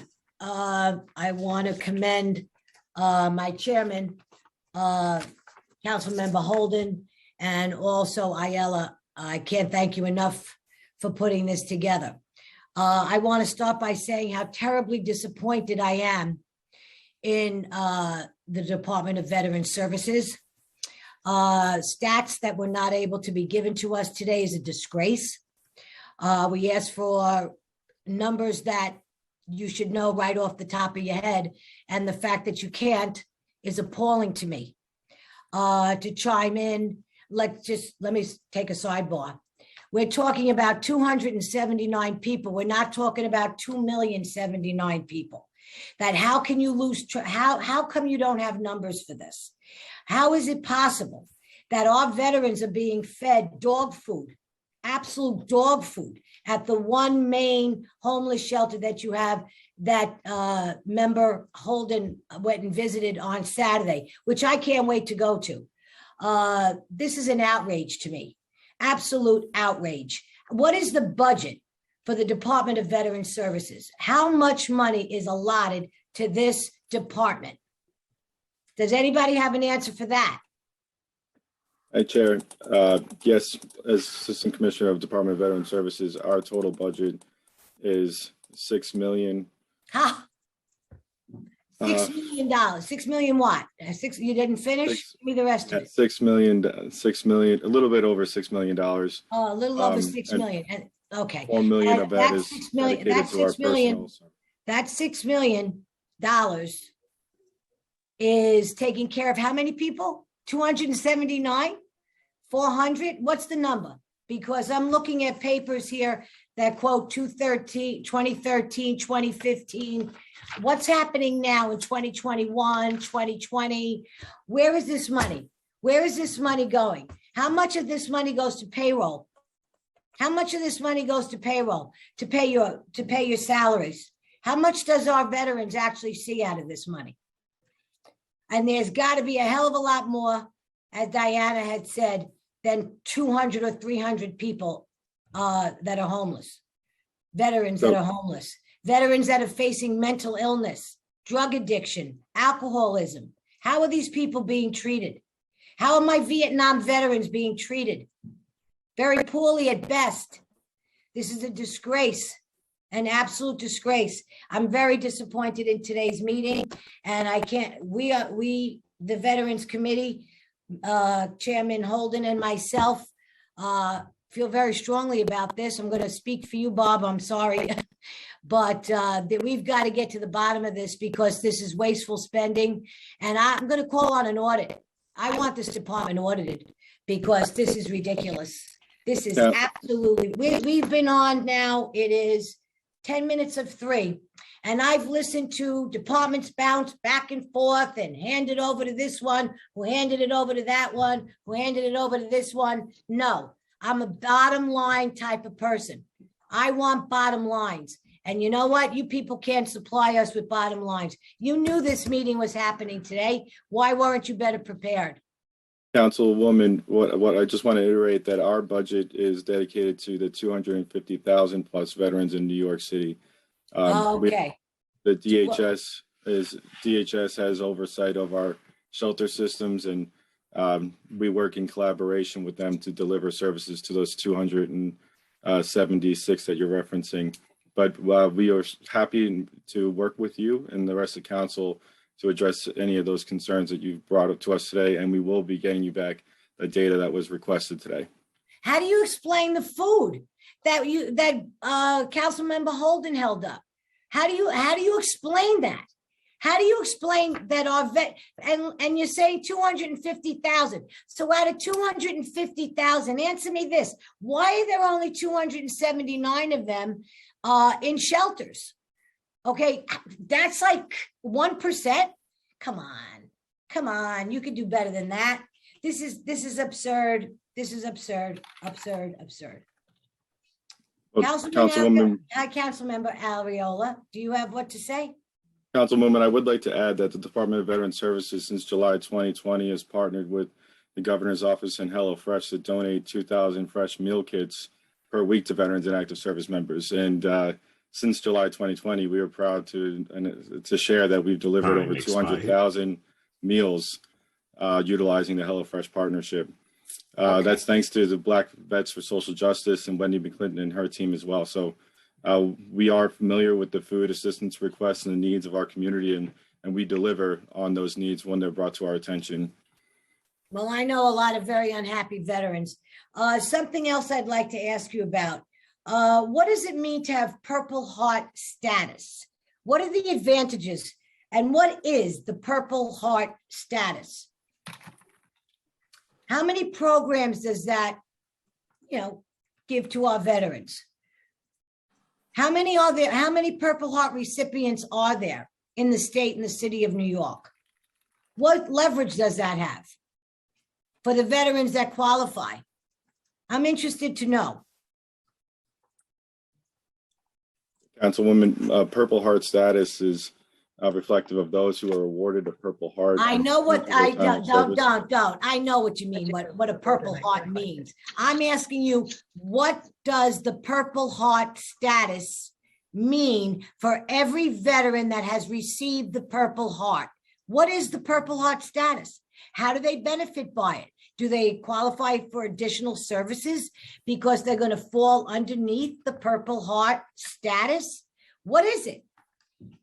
Yeah, it is an expansion of benefits. Those that we can elaborate.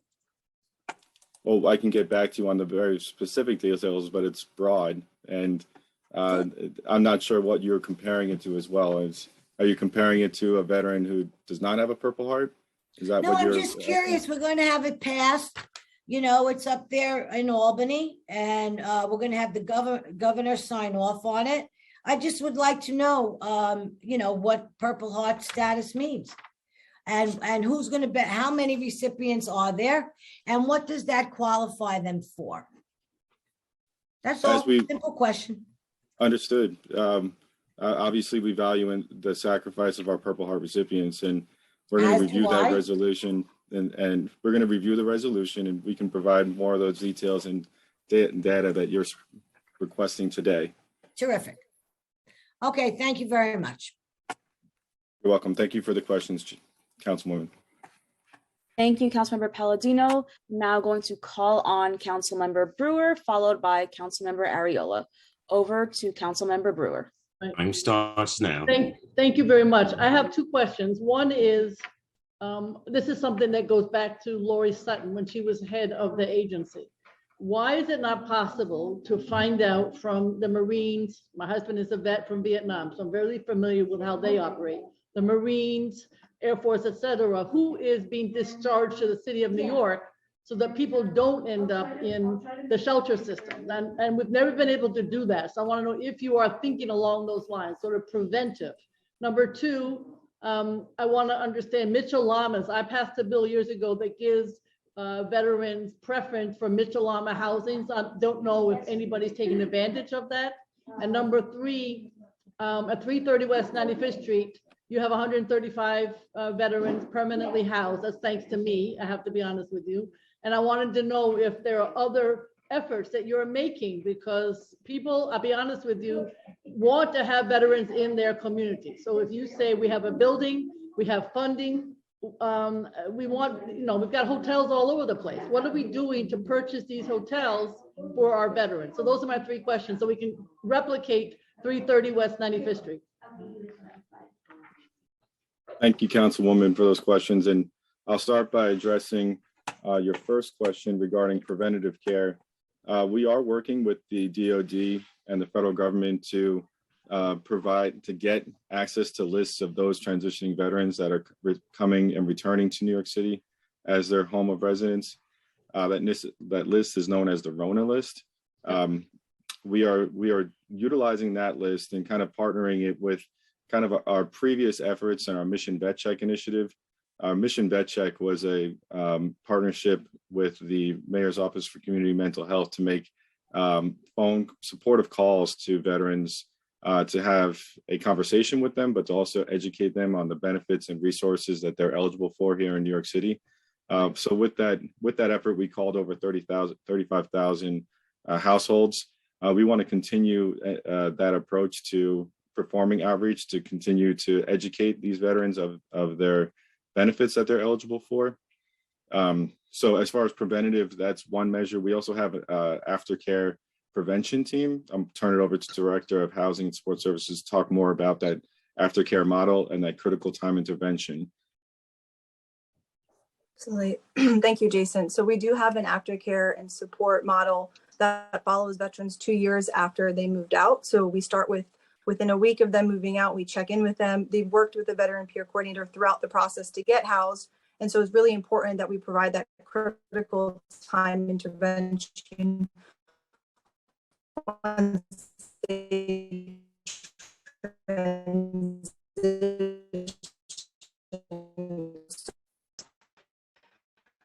up to 6 months, then again at 10 months.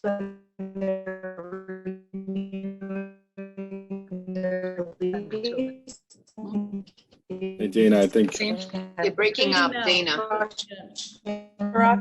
Director Rock, sorry to interrupt, but at this point, I think you're. Dana. We can't hear you, Dana. We can't hear you. Close them out to make sure that Can't hear you, Dana. Dana, we can't hear you. At this point, we're just going to move on from Director Rock. Yes, we've I think there was a bit of a delay.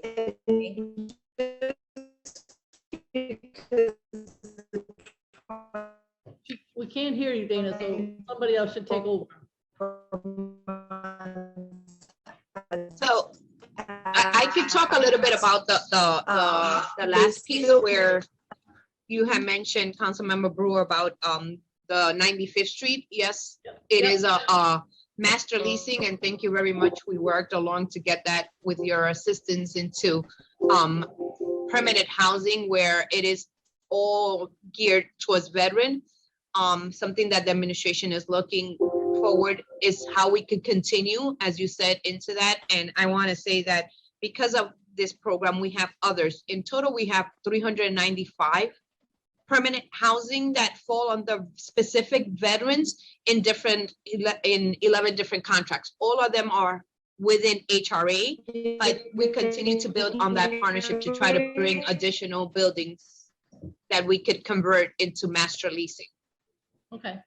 Are you going to give us a list of the buildings that you're trying? Because I got a long list of hotels that are available. We would definitely, it's under HRA, so I'm sorry. a master leasing and supportive housing all fall under our sister agency, which is HRA. So I'm pretty sure if you want to share a list with us, we can make it get to their way, but they're constantly looking, and it's something that is very close and dear to our heart and how we can expand on this program. All right, and then what about Mitchell Lamas? Who's in charge of getting folks into Mitchell Lamas? So I think that's where Dana was trying to get the information and is having difficulties with her audio. All right, can she send it to the committee? Absolutely. Can you all hear me now? We can hear you now. We can hear you now. Great, thank you. So Mitchell-Lama does still offer the preference for eligible veterans, and that is in both city and state-run developments in the Mitchell-Lama lotteries. Once a qualified veteran is selected in the lottery, they're placed at the top of an external wait list, and they're given preference when a unit becomes available. Something that we do at DVS, we've partnered with HPD. Whenever a wait list or a lottery is getting ready to open, they send us the advertisement and we push it out in our weekly newsletter. So every time we know that a wait list is opening, we try to push that out to our veterans in the community. And that includes both homeless veterans and those who are stably housed and are just looking to move into. Do you know how many veterans have taken advantage of it and gotten into Mitchell Lama? I'd have to get back to you on the number from HPD Okay, and HDR. And I just would suggest that you tell not just your newsletter, but everybody, because it is a great opportunity. Absolutely, thank you. Thank you. It's a good bill, by the way, and it is permanent, and it is a bill, and it is the law. Thank you very much. Absolutely, thank you. Thank you, Councilmember Brewer, for your questions. Over now to Councilmember Ariola. Time starts now. Thank you, Chair. Thank you, Deputy Speaker Ayala. And thank you to all my colleagues who have spoken. I echo all of your concerns, but I'm especially appalled at a statement that was made earlier in the hearing, where when Councilmember Holden held up a very small package of food, you said, I believe it was either Sonia or Iris said that they are able to get another portion if available. If available. So we're having them congregately live, which is so demeaning and demoralizing. And now when they ask for some more of a very small portion that would not fill a child, it's only available if there is more. Do you hear yourselves? You are failing the homeless population. You are failing the veterans who are homeless. You are failing. Your department is failing. And you're treating people like less than human, which will not be tolerated by this body.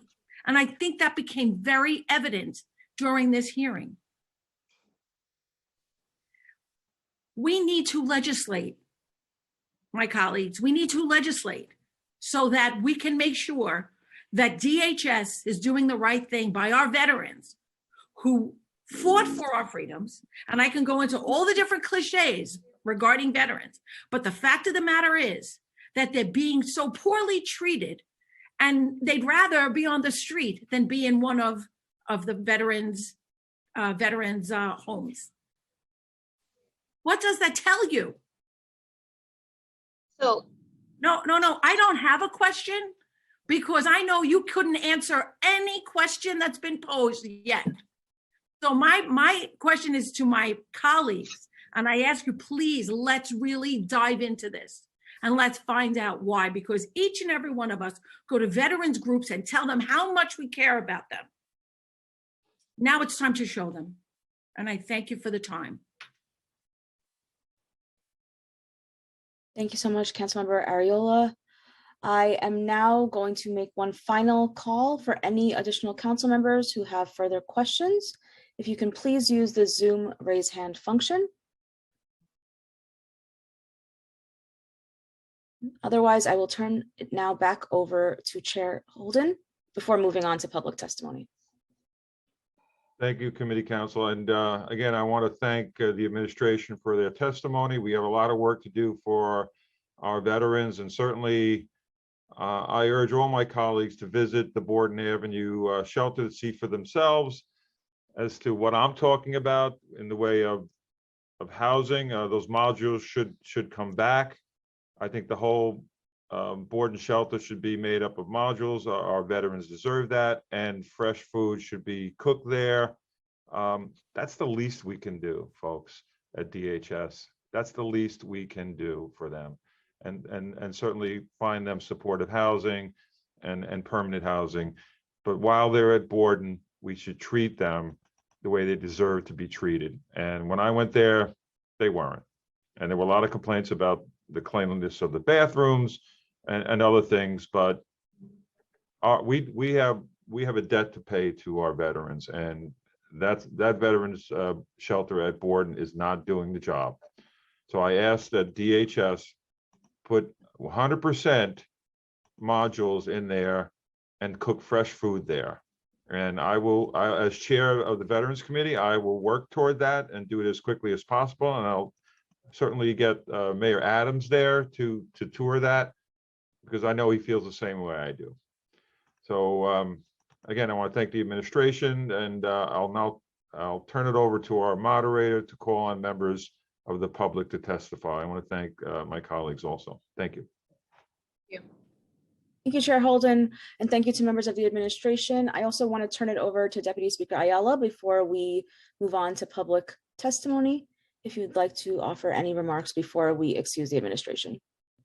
No, I want to just say thank you, for being here today. I think, again, we're partners in this, good, bad, or indifferent. And I think that, it behooves all of us to try to figure out how to work collaboratively, how to include all voices in the conversation so that we're successful. I think at the end of the day, right, we all have a mandate to ensure that people that deserve and need resources in this city receive them with dignity.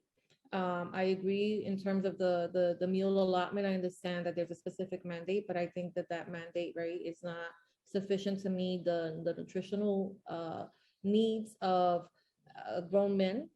So I am pretty sensitive to that as well. And I think that if there's a way that we can kind of try to figure that out, and I get that the challenges of congregate meal settings are not always appropriate, but we have to figure out a better alternative for that. We're seeing the same issues, across the board in our schools and our senior centers. And I think as we move to a supposedly healthier, model, we're also wasting a lot of the city's resources. A lot of money goes wasted on food that is trashed because people either, don't recognize it, don't like it.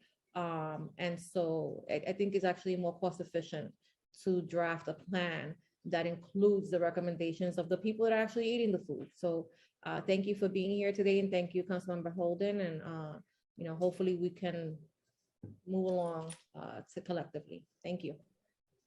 Thank you. Thank you, Chair Ayala, and thank you to members of the administration. We are now going to move on to public testimony. As a reminder, all public testimony will be limited to 3 minutes. After I call your name, please wait a brief moment for the Sergeant at Arms to announce that you may begin before starting your testimony. And please note that panelists will be able to register for this hearing until the hearing is closed. The first public panel will be in the following order: Andy Perdomo, Adam Warrenick, and I apologize if I'm mispronouncing your name, Adam, and finally Kevin Meggett. We will begin now with Andy Perdomo. Time starts now.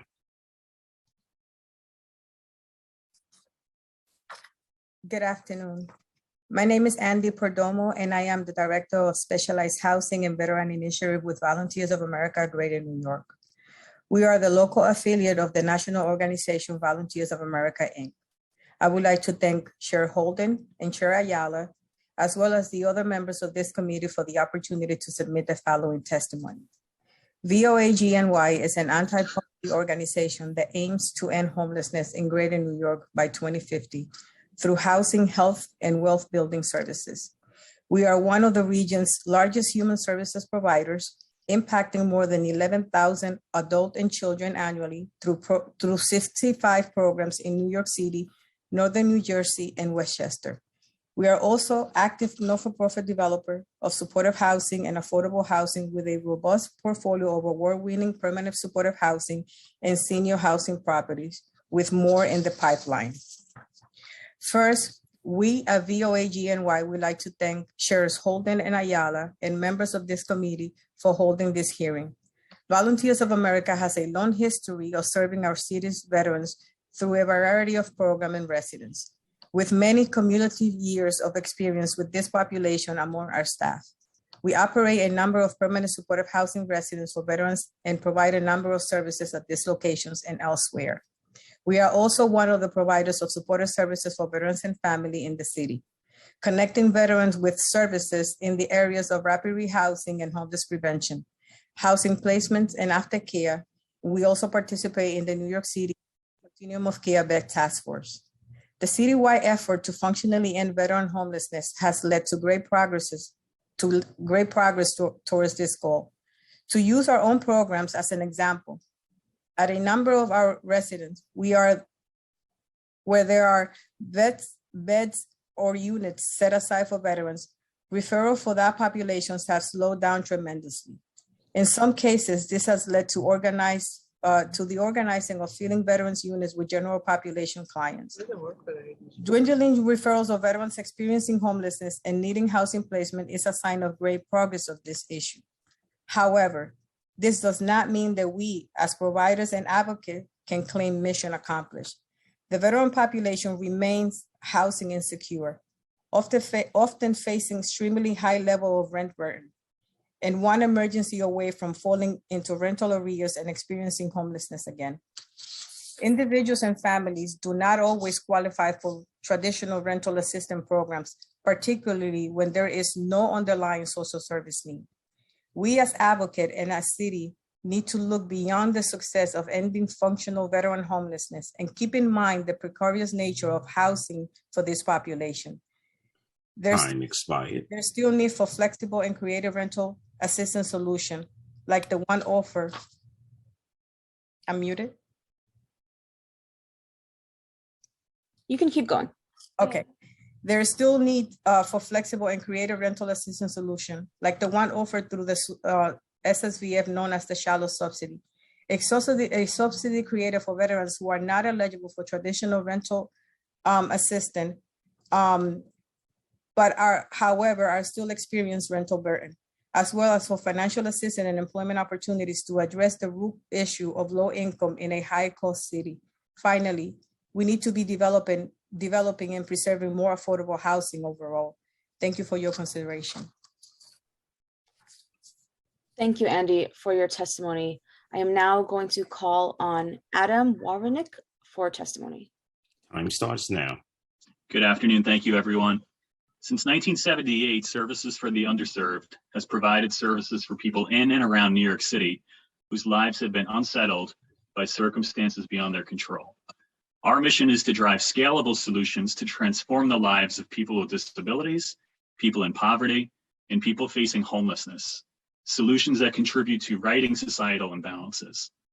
Our uniqueness lies in our ability to take what we learn on the ground and use it to change systems and impact policy. By delivering high-quality services that address the complex circumstances of each person, we help transform lives, improve neighborhoods, and boost future generations. SUS is a nonprofit leader in housing and supportive services for low-income New Yorkers living with disabilities. We are proud to use our expertise to deliver high-quality, trauma-informed supports to our nation's veterans. We'd like to thank the City Council for its ongoing support of the New York City Department of Veterans Services, DVS, a key partner in the effort to end homelessness among veterans in our city. SUS calls for continued New York City investment in DVS and expanding the housing placement and peer support resources of this agency to bolster its capabilities across our increasingly expensive rental market. The New York City Department of Veterans Services HUD-VASH Continuum has been a lifeline to permanent housing for many veterans who historically do not qualify for federal VHA services. DVS staff have been strong partners across our continuum of care through this project, where they actively participate in community case conferencing and barrier busting to support homeless veterans' access to permanent housing. SUS's programs partner closely with numerous other city agencies to identify, engage, and serve homeless and at-risk veterans across the 5 boroughs. Another department which embraces a collaborative approach to the mission of ending veteran homelessness is the Adult Families, Veterans, and Special Services Department of DHS. We strongly encourage the City Council to support expanding these services to prioritize access for all homeless veterans to emergency resources and housing aid. I'd like to thank NYCHA and HPD, who have also been critical. SCUS asks the City Council to support our outreach priorities for veterans in New York City by identifying all women and families with children who served in the U.S. Armed Forces who are in the New York City homeless system, by supporting access to SSVF, DVS, and other core services for unsheltered and street homeless veterans as soon as they are identified. Bolster access to services for low-income families in the New York City DOE system, helping to ensure that military and veteran families who are facing eviction and homelessness are connected to our existing prevention resources at home base, SSVF, DVS, and legal aid partners. And enhance resources to support and peer support for LGBTQ veterans, many of whom have faced resistance and barriers for housing in the past. Time expired.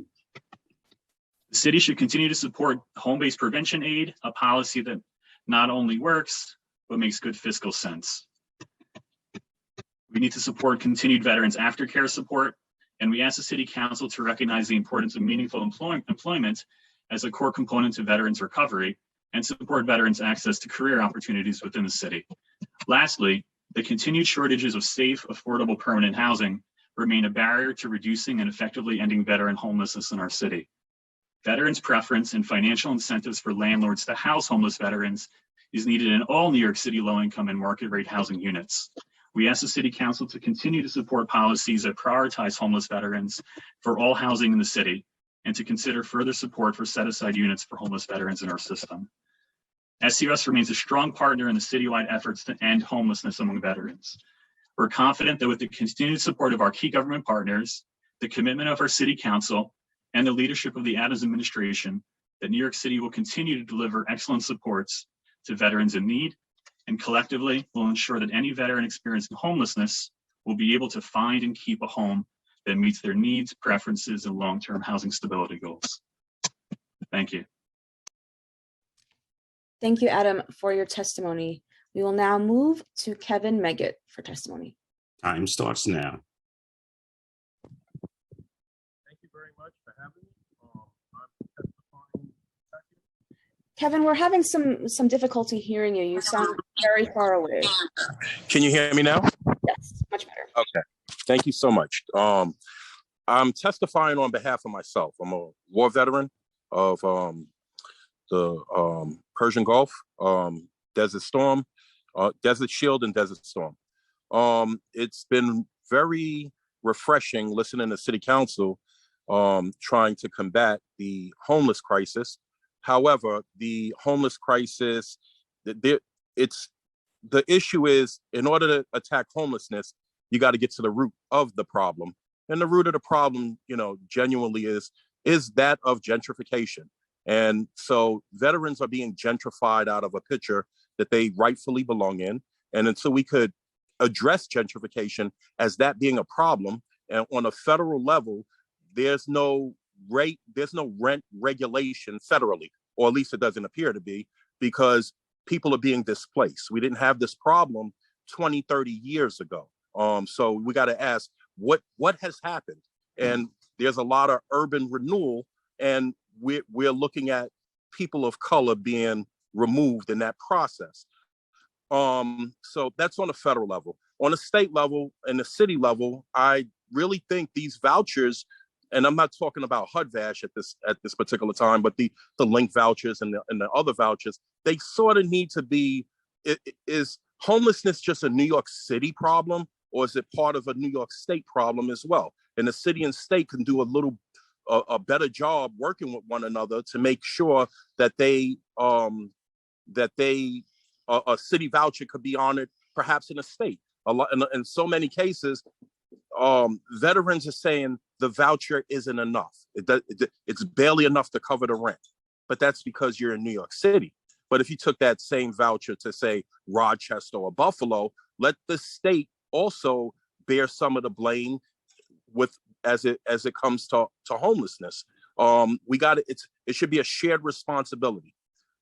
Veterans, in my humblest opinion, should be in a protective class.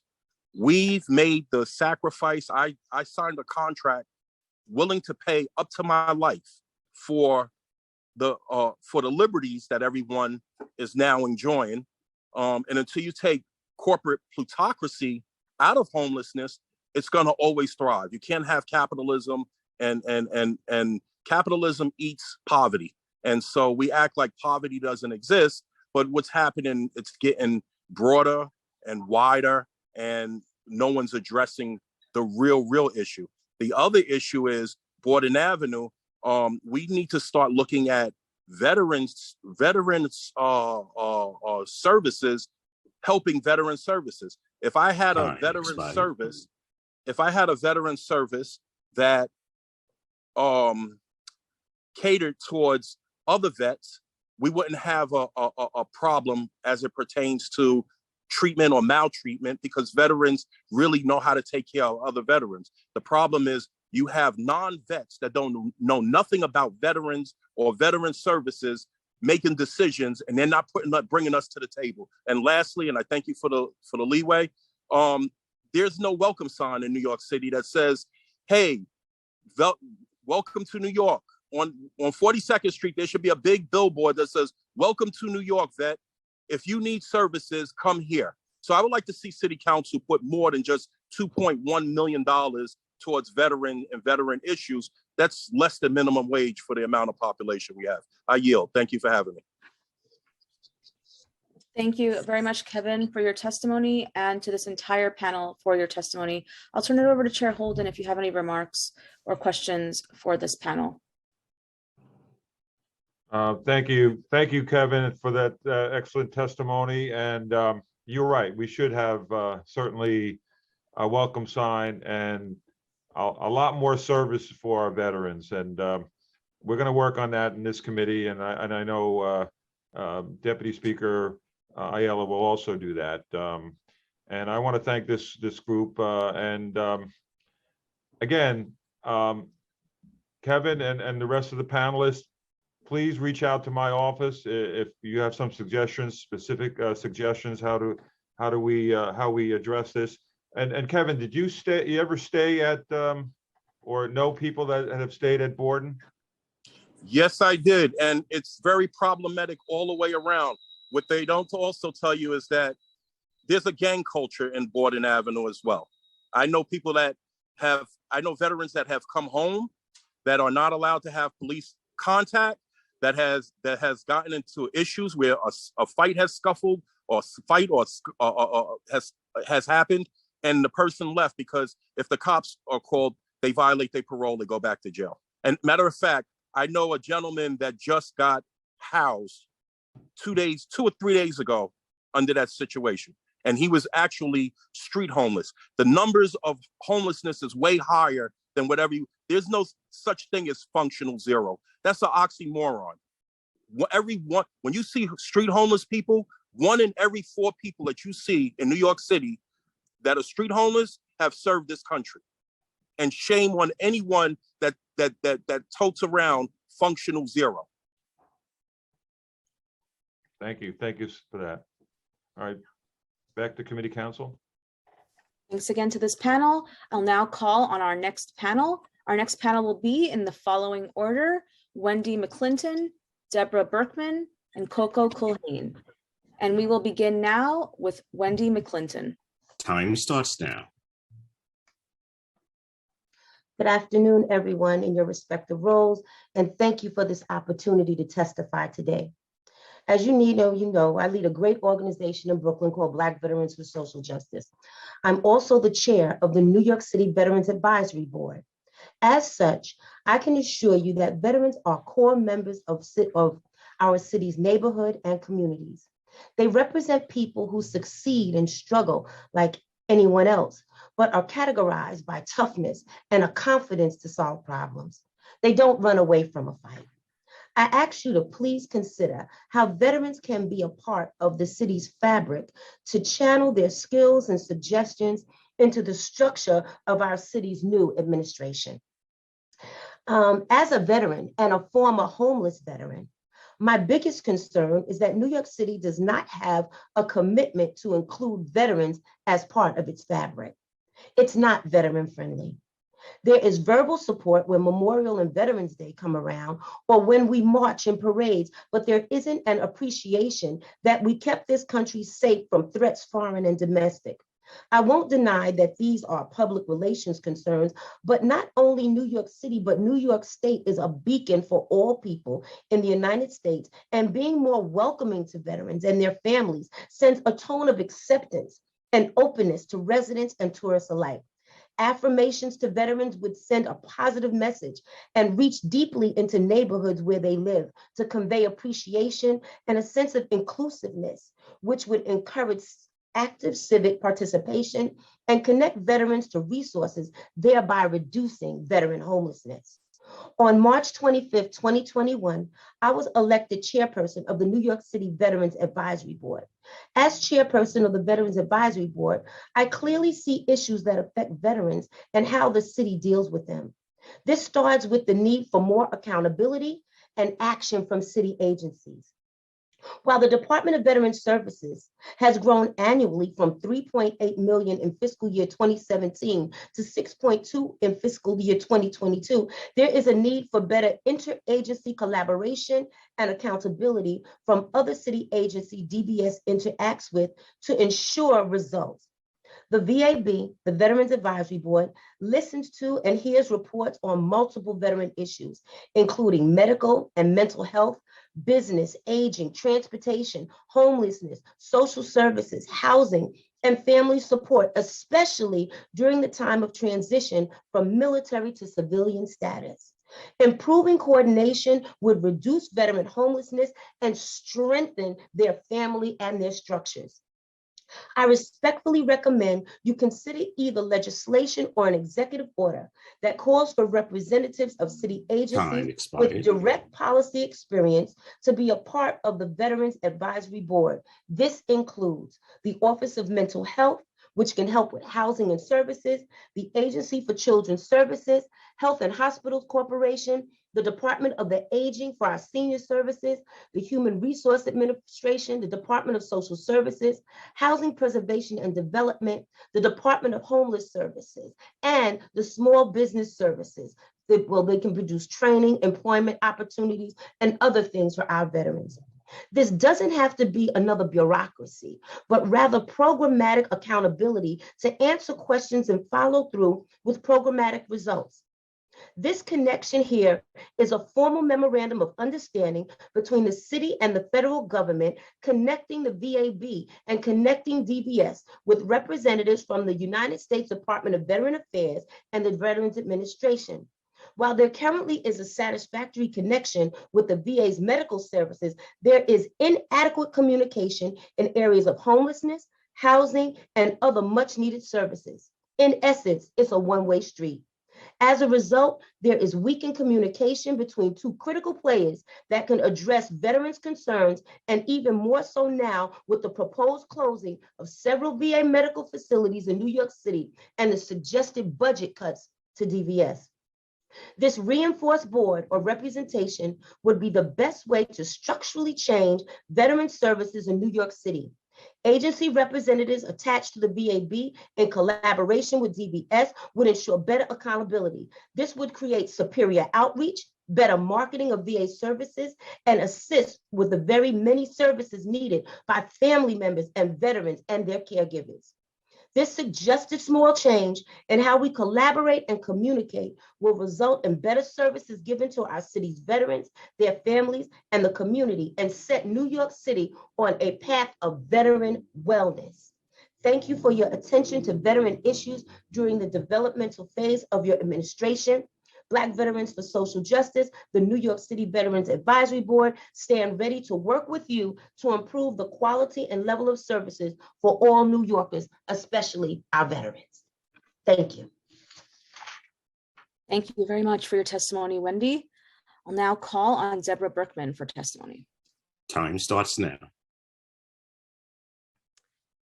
Chair Holden, Deputy Speaker Ayala, council members and staff, good afternoon, and thank you for the opportunity to speak on the committees on veterans and general welfare on veteran homelessness in New York City. My name is Deborah Berkman, and I'm the coordinating attorney of the Shelter Advocacy Initiative at NYLAG. The Shelter Advocacy Initiative provides legal services and advocacy to people experiencing homelessness in New York City, and NYLAG also hosts a specifically veteran-focused practice. Many of our clients experiencing homelessness are veterans of the armed forces and have had particular barriers accessing Department of Homeless Services or DHS shelter. Many of NYLAG's veteran clients suffer from post-traumatic stress disorder or PTSD resulting from their time in the military. And many of my clients experiencing PTSD just cannot access shelter because they cannot navigate DHS's intake process. DHS's intake process can take up to 2 days, with most of that time spent waiting in crowded rooms. Clients are often not fed and not able to take essential medications. Clients report that staff at the intake centers are verbally aggressive and demeaning towards shelter applicants. Clients with disabilities are not accommodated, especially those with mental health disabilities. And many of my clients report that DHS police at the intake centers are physically aggressive. As a result, I have met with many veteran clients experiencing street homelessness who were willing to go into shelter, but could not make it through the intake process. One of those clients, Mr. T, was a veteran who suffered extreme PTSD from his time in combat. Mr. T's PTSD was triggered by being in tight spaces and in crowded environments. He and his partner were discovered sleeping outside in Manhattan and were brought by homeless outreach team to DHS Intake Center. While in the crowded intake center, Mr. T began to experience flashbacks and extreme anxiety, leading him to react by raising his voice and screaming.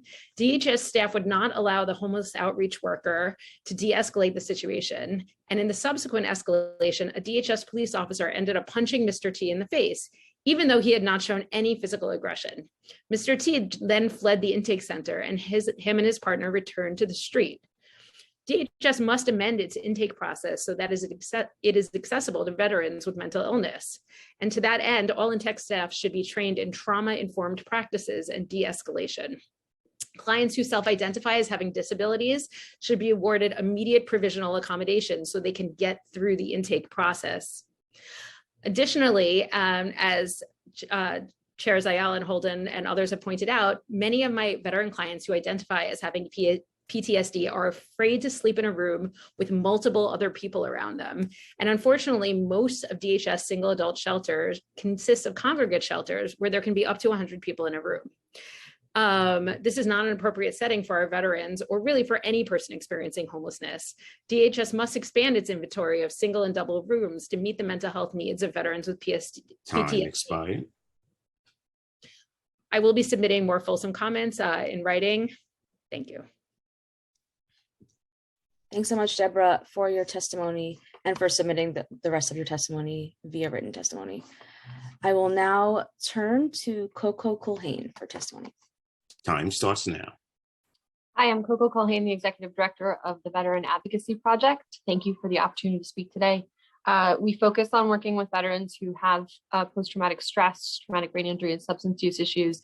I was surprised at how little substance use was discussed, as well as discharge status. I heard DHS mention it, but those are the two highest predictors for homelessness among veterans, and seem like they need to be a stronger focus. And I do want to say that I think the city has done an incredible job in terms of reducing veteran homelessness 90%, and it shows that if there's the political will, we should be able to do it for every population. But it seems like we stalled out once we sort of declared victory with chronic homelessness.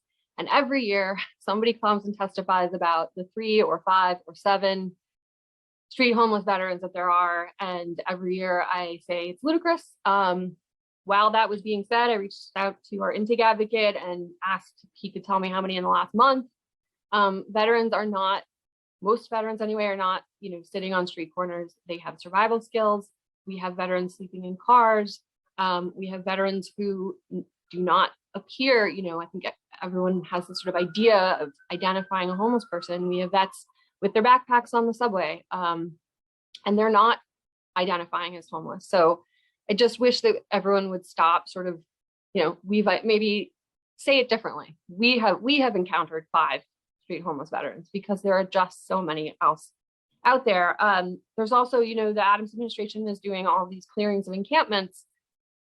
Who's screening for vets? News reports have shown that out of hundreds of individuals, only 5 have entered shelter. I'm not sure if that's accurate at this point, but this is something DVS could do. Where is the outreach? There are very likely to be vets in a lot of these individual cases.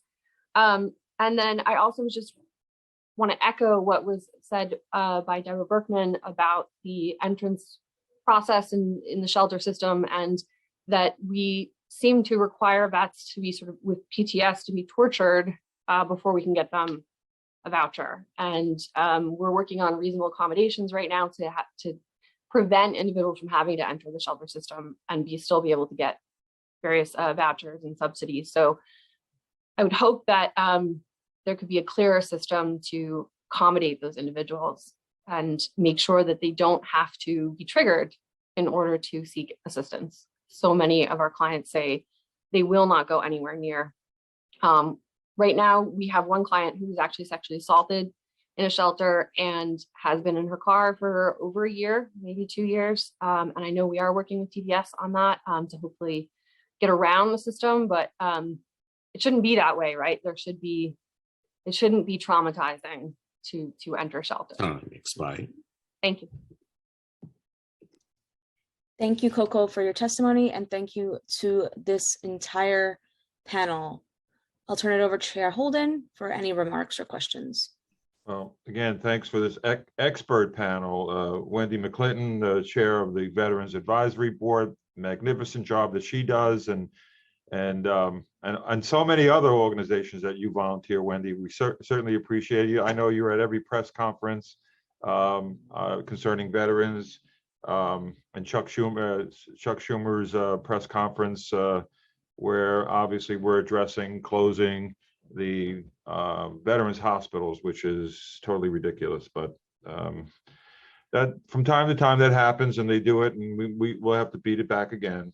And certainly, Deborah, thank you so much for your testimony, and you're absolutely right.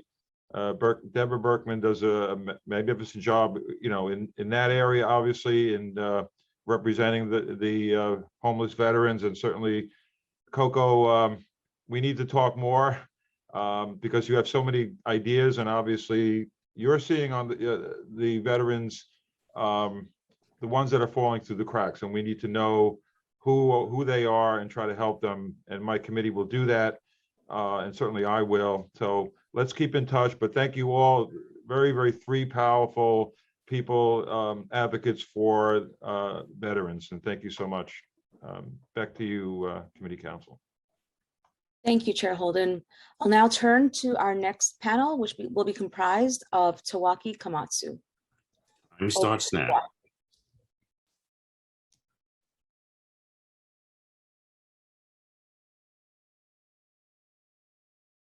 Hi, Tawaki. I'm not sure if you're speaking, but I can't hear you.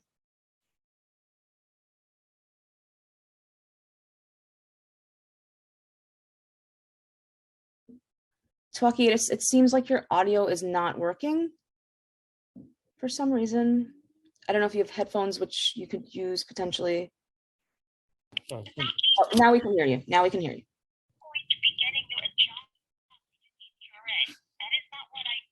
Right.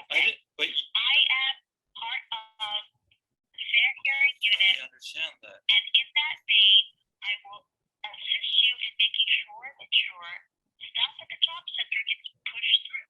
But also, that is what I mean. You take this one sentence. But even setting that any person, even setting that aside, Mr. Banks told me to talk to you about NTT the last time I saw him. I saw him on March 28th. I specifically asked him about NTT. He told me to talk to you. I told him about what exactly? About NTT data, meaning I talked to Mr. Banks on July 19th in Kew Gardens. He told me that he would look into the matter. He has not. I never received a response once. So I don't know what NTT, what that part of that is. That wasn't litigated. It's still being litigated. Your order should show cause, and that was. So here's the thing. Next week, I have a hearing against this company called NTT Data. It's still subjecting me to wage theft dating back to 2012. all of you are paying for that contract. So Mr. Holden, you asked about how can you help veterans? Can you pressure HRA to terminate that contract immediately? And I guess watch that oral arguments hearing on April 12th. Thanks for your time and condolences to your mom about your mom. Thanks. Thank you, Tawaki. Thank you so much for that.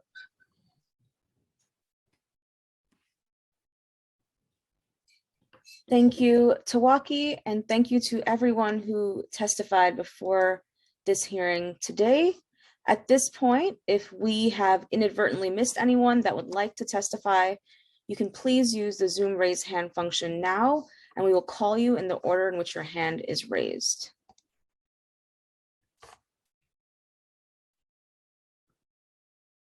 All right, seeing none, we have now concluded public testimony for this hearing. I now turn to Chair Holden for any closing remarks and to close out the hearing. Thank you so much, Aminta. I just want to thank everyone, Deputy Speaker Ayala, the administration, my colleagues, veteran groups, and advocates for your contributions today. Many thanks to the Veterans Committee and General Welfare Committee staff for their hard work in making this hearing possible. It's now 3:40. This hearing is hereby adjourned. Thank you.